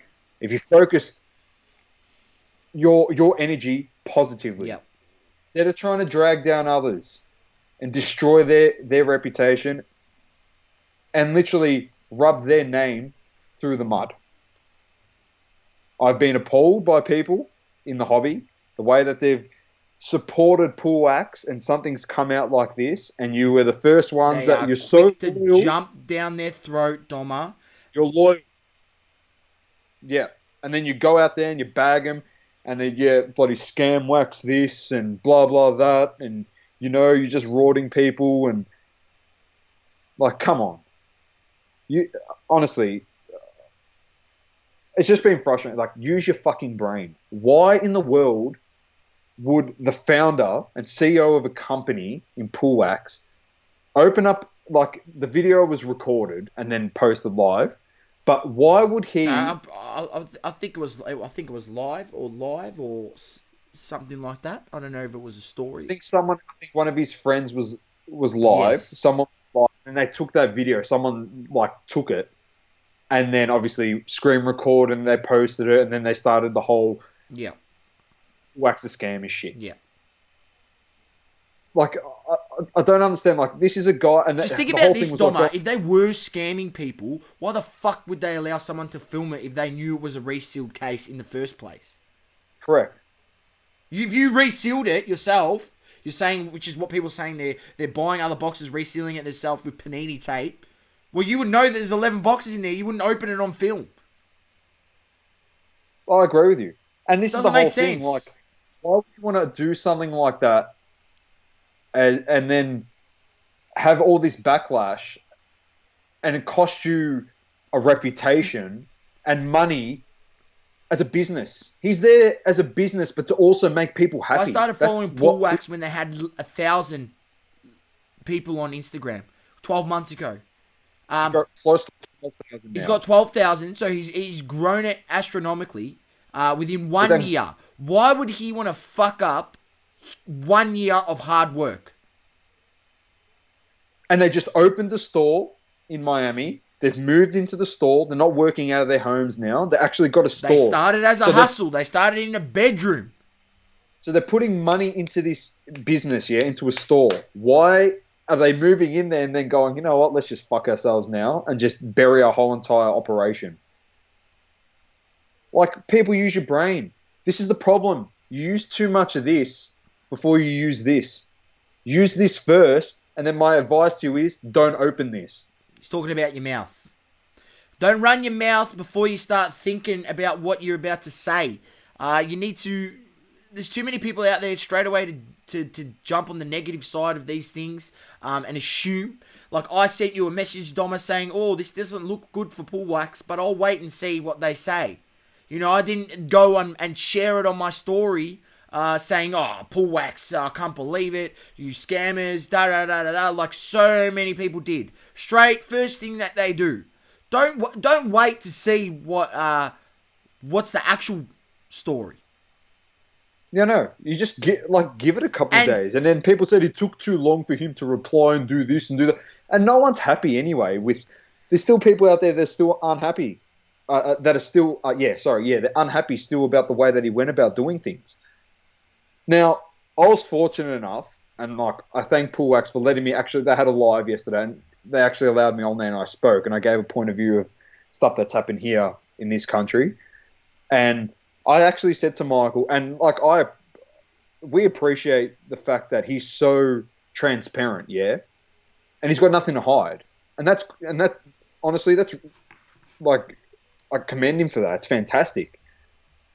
But me studying as a businessman, like business and stuff, and knowing all that stuff, you shouldn't have to go on the live, yeah. And people saying, I want to see the invoice. I want to see the email chain. I want you to click on the supplier's logo because I want you to make it go. This is what they're saying, Sauce. Do this, do this. Michael was nice enough to actually show them the invoice and the order form. Now, I came on there and said, you shouldn't have to show the inner workings of your business. And of course, you got fuckwits out there. You actually know nothing about business. I said, oh, that's not inner workings of Pull Wax. Then what is it? They just say, oh, yeah, just send me shit. And there's no receipts and stuff. That's the inner workings of the business. That's how it works. They have communication channels with people. They get product in. They have an order form. They sign it off. That becomes an invoice. They pay the invoice. They receive the product. That's what a business is. That's called inner workings. That's behind the scenes. Michael, Little P, everyone that works for Pull Wax, they don't go and say, this is how we do this and this is how we do that and we're ordering this today and blah, blah, blah, blah, blah, blah, blah, and showing freaking email chains. They shouldn't have to do that stuff. I commend them for doing it. But they did it and people still aren't happy. What do you want him to do? Do you want him just to close down and not run anymore? And then you're going to complain. Oh, they did great things for the hobby. Remember Pull Wax? They were so good. That's what always happens. Anyway, Domma, like I say, I said to you this. It's unfortunate, but that's the world that we live in today. Oh, it's disgraceful. Where people are super, super quick to tear others down, you know, and don't wait to hear the full scope of things. And they don't think about how, you know, them jumping the gun like that negative effect on, you know, look, it could have a little bit of a negative effect on Pull Wax business, but you know what? He came out and addressed it and said all those things, and that's all you can do as a business. He did the right thing, man. He was great. That's all you can do as a business. You got to understand, he's running a business, yeah?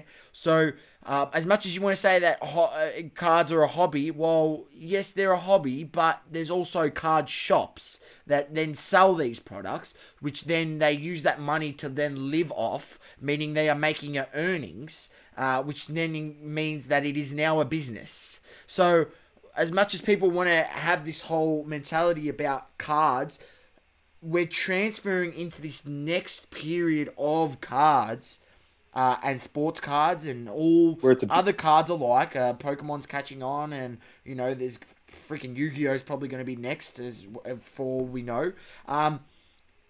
That it's big business, it's big money, and Michael himself said, "There's enough in this that we can all eat." 100%. So there's no need for you to waste your brain cells and your breath on negative stuff that at the end of the day, by you slating Paul Wax, what does that do for you on your Instagram page? What does it do for you? Honestly. By you talking shit about them, what does it do for you personally? How does it benefit you? How? It doesn't. It doesn't benefit you at all. So why instead of you take that negative energy, turn it into positive energy, and do something positive. Do something good like what Pool Wax do. Doing their pool boxes, doing interesting stuff in terms of ripping and product, and offering good service. Like their pool boxes, when I see some of that stuff, that's some of the most best value you can get out of investing money into stuff. Into product. You pay $700 for a box, or you can go in $300 or $250 a hit into their pool box, or $300 a hit. And you've actually got potential to pull good cards, and even the worst card you're left with might be $100 card or $120 card. So, all right, yeah, you lose money, but the risk to reward on those pool boxes are much better. Yeah, it's just so like, man, it's mind-boggling. It's just it's baffling. You know what the problem is? A lot of these people as well,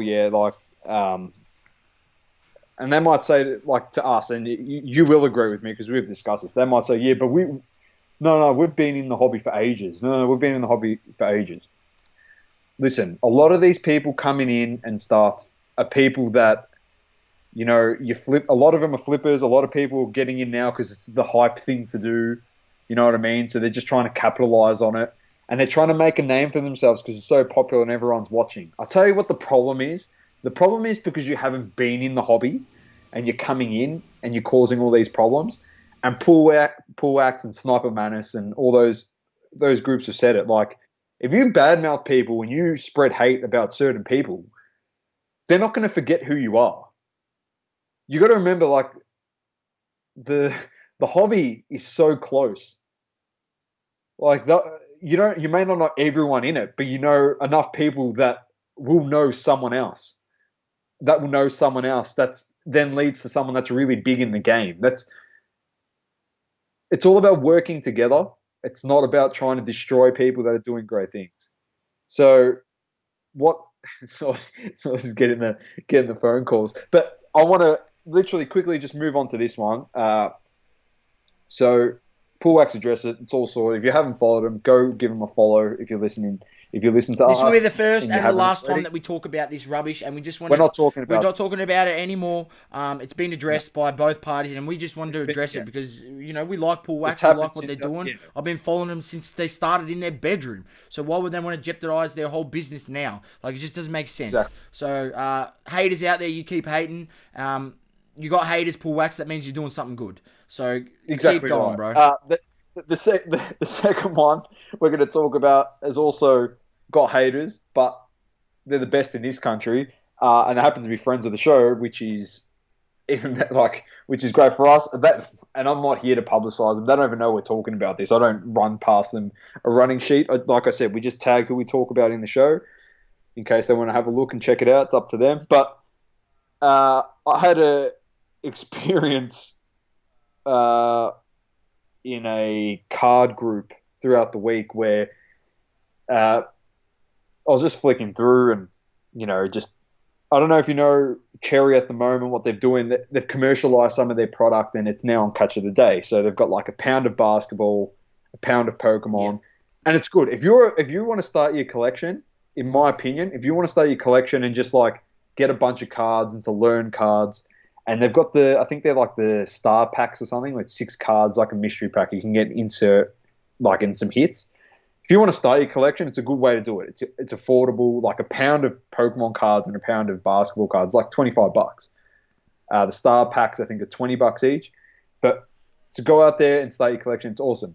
Now, I've seen a few things now, but I've seen a few comments, but now I actually watched the live stream where I actually went into the comment and made the comment. And the caption of the live stream was catchdom.com/ are cherry collectible cards on here all fake. Next one, they must be fake. It's on catch. Now, I went in there straight away and said, the cards are not fake. The guy said, how do you know? I said, I put my whole bloody reputation on the line that they're not fake.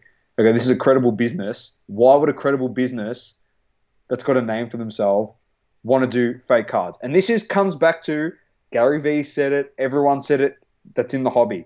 That's why you do your research before you buy cards, even on the companies that you're buying the cards from. If you went and did your research like a normal person, instead of being in the hype of the card market at the moment and going, oh, yeah, these cards look good, I'll just buy them. You bought them, in my opinion, you bought goods before you even did research, which is mistake number one. Yeah. Because if the goods weren't what you wanted, then you're going to go out there and just blast the people and do whatever you want. But if you did some research and you looked up who Cherry Collectibles were, you clearly would have straight away gone, oh, you know what, these cards are definitely not fake, and this is actually good value. Anyway, that's my what I whole mean. thing Did he is even like, do a Google search and Oh. search Cherry Collectibles? Did he even go on the ABN lookup where you can literally look up their thing and see how long they've been a registered business for? Domma? it's just frustrating because, like, Puax have grinded. I know Cherry. I've known people at Cherry since they started in '09 and seen them grind their way up in the hobby. And it just shits anybody that know these companies and have a reputation. It just makes your blood boil for the fact that you're in the hobby, whether you're a part-time and now you're back into it full-time and doing stuff, or you're doing something like what we're doing, content like this and putting it out there to make awareness for people in the hobby on certain things. It's just seeing someone work so hard to get somewhere to then have others do shit like this. And the problem is now, when people talking smack about your business 4 or 5 years ago, yeah, word would get out within the hobby. The problem is now there's like 500 to 1,000% more people in the hobby than what there was 5 years ago because of the money that can be made in it. Yeah.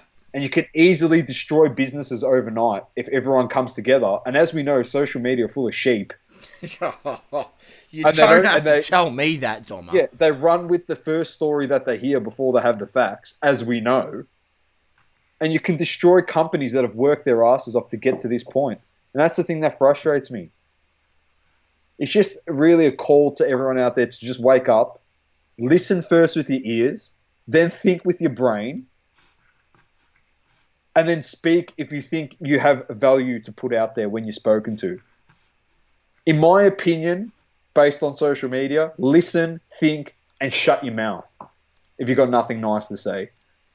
That's my opinion. Correct. Because most of the time, I'll tell you, 90% of the time, it's just negative crap. That's all it is. It is. And there's a lot of negativity out there. 90%. That's that. I've spoke about this and said to you before. It's unfortunate, but that's the way the world is. There's people always wanting to tear you down. Whether it's jealousy, whether them being envious, whether it's them, just being complete and utter lemons. There's nothing you can do about it, Domma. So all I say is, if you know within yourself that you are doing the right thing, you are conducting yourself in a way that is honourable in terms of your business and what you're doing within the hobby, the way you're transacting and doing all these things, interacting with people, then that's all that needs to be known, is that that you're true to yourself. And all the other people out there that want to hate on you, want to have a go at you, or don't want to come and have a discussion about maybe something that you've said, and rather than discussing, just attacking, well, you can literally just tell them to get fucked, pretty much, and that's it. That's pretty much it. Like we said, we won't address it again. We only addressed it because it happened post our podcast last Wednesday, but I'm glad I got that off my chest and it can go out there, and we will put clips out there. I understand rehashing it can be a bit of a pain in the ass for people that have moved on, but we're not here for clickbait, that's for sure. We're fucking people in the hobby that are sick of this shit. We're here to speak our mind, speak the truth, and actually, exactly right.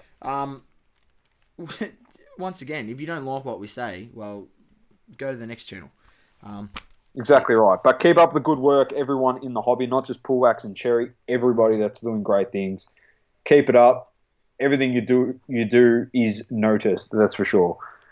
So yeah, that's hobby talk.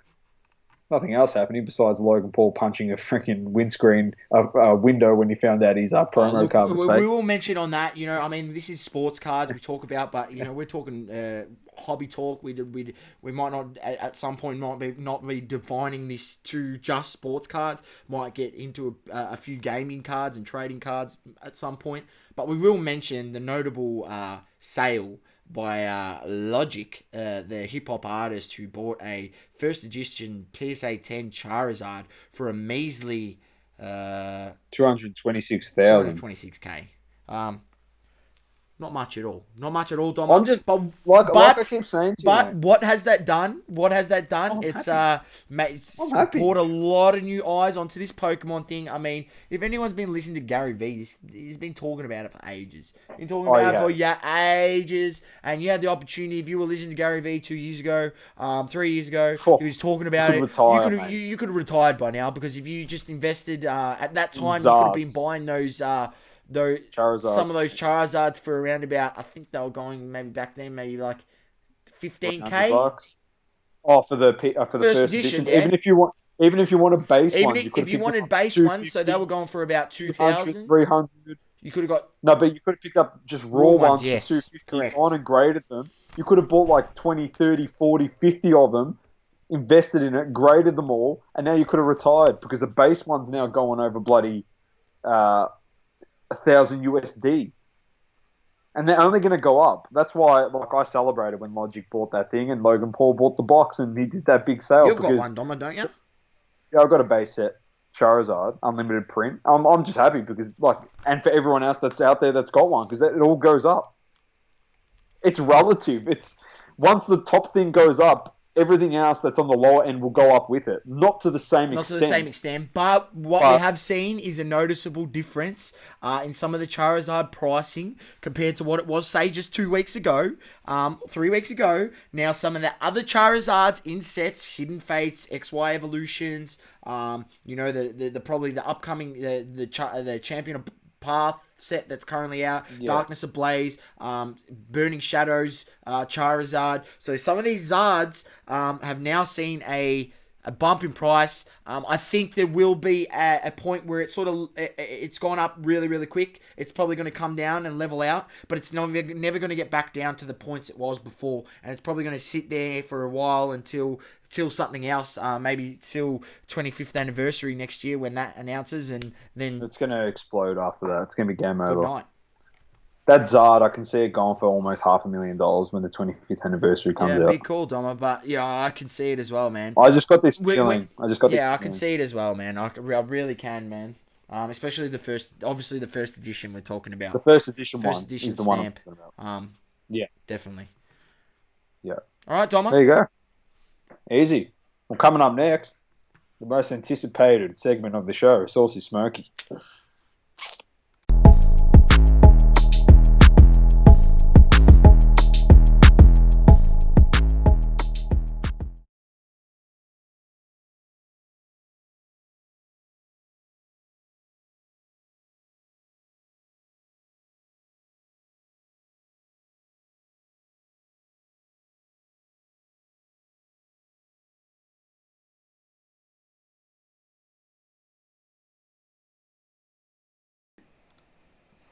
Oh, and we're back.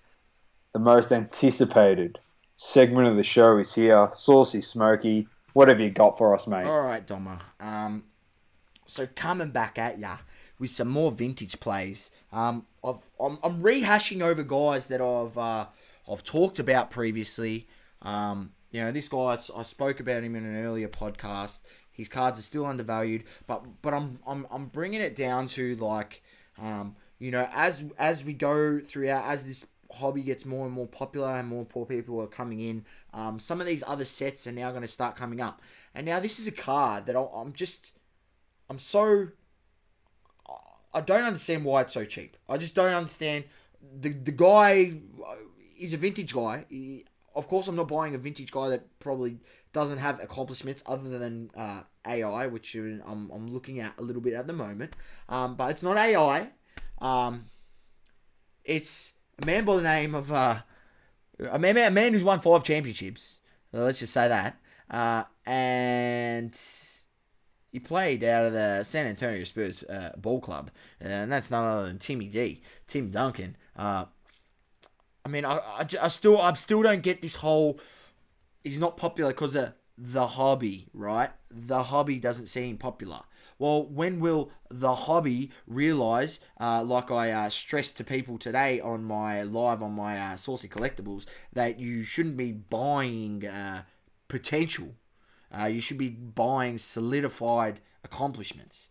And it's just like I said, I was showing off my Shaquille O'Neal's NBA Hoops rookies cards and saying you can buy these for 130 USD, but you can then go buy a PSA 10 Trae Young Hoops rookie card for 105. So for an extra $25, you get Shaquille O'Neal, the same card version of the card, his rookie, and a guy who's won 4 championships. Trae Young, I'm telling you, he's never going to win a championship. I'll say it right now. Never going to win one. Ever. The only way he's going to win one if he goes and joins a super team. On that Hawks team coming up, if anything, Never. He's never going to win one. Right? So the fact that is still happening to this present day is a joke. So let's just start on that point.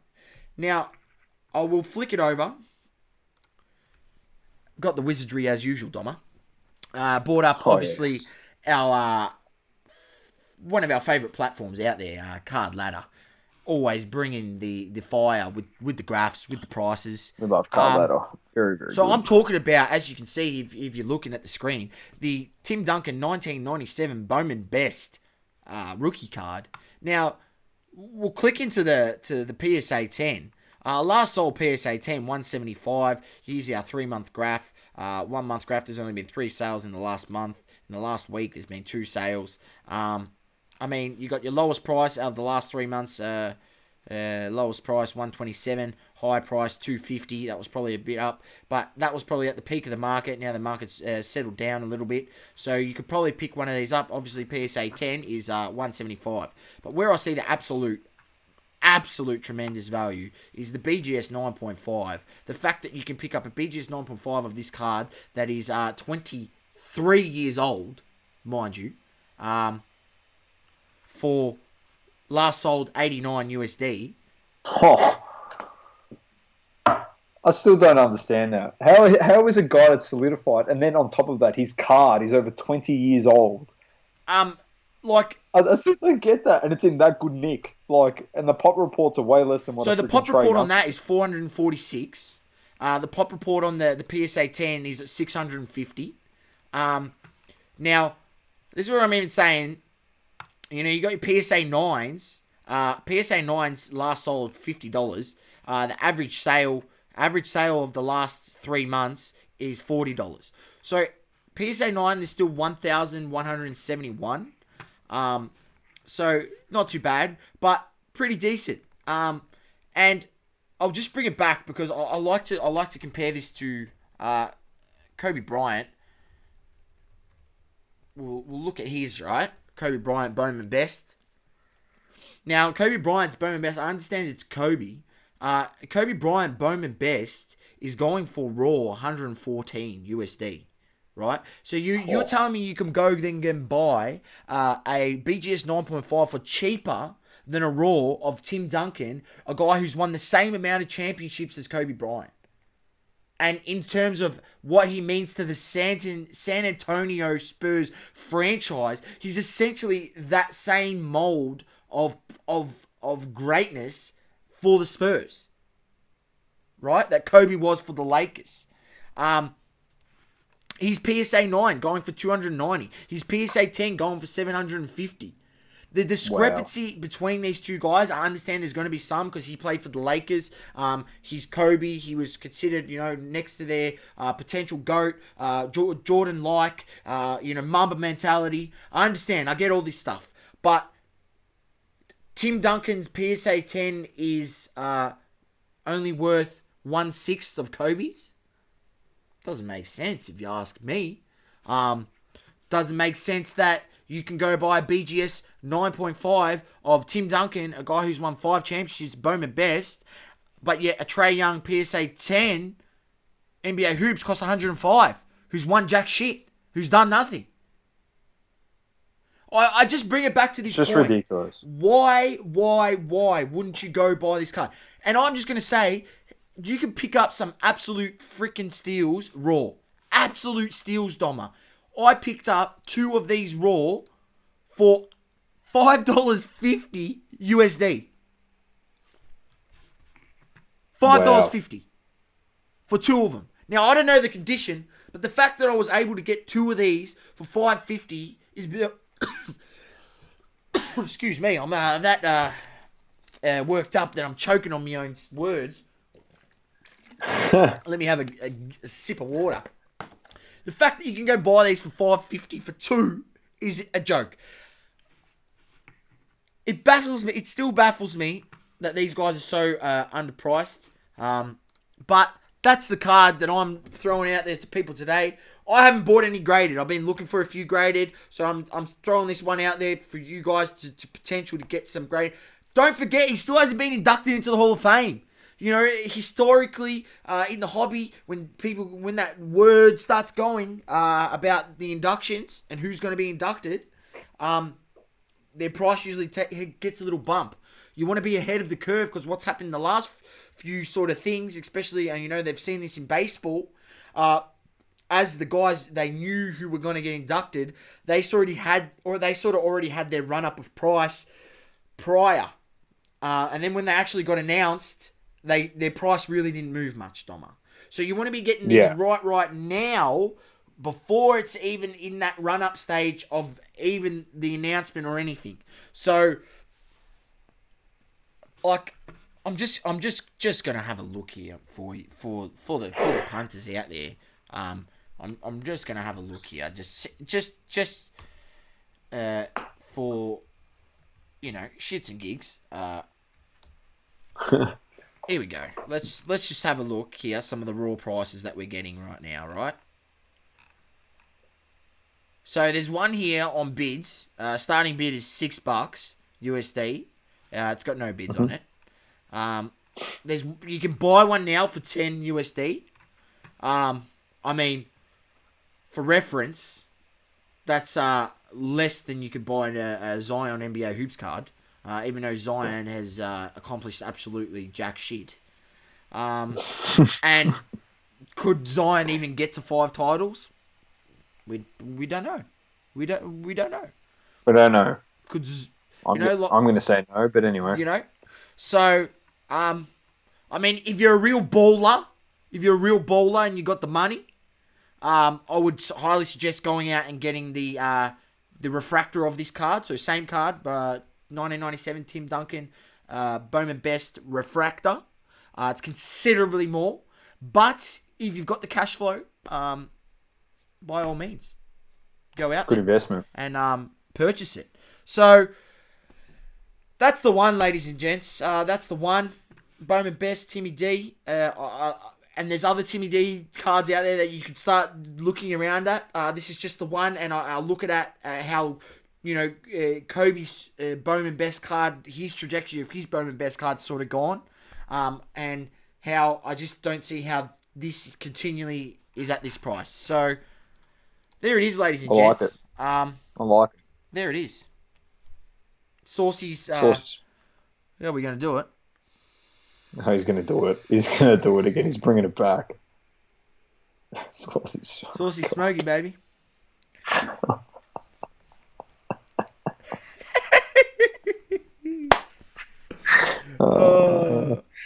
Jesus. Oh, there you go. Still frothing up in here. Look. Still frothing up. Oh, there you go. It's another pod done, mate. Another one down. As we say, many more to go. Got a few notifications actually during that one. Potentially Dallas. We might discuss this next week. We'll have a look and see what the outcome is. But Dallas could be first in line to have a crack at the Greek Freak in this upcoming free agency. I think they're looking for the all-Euro connection with Giannis, Luka, and Porzingis.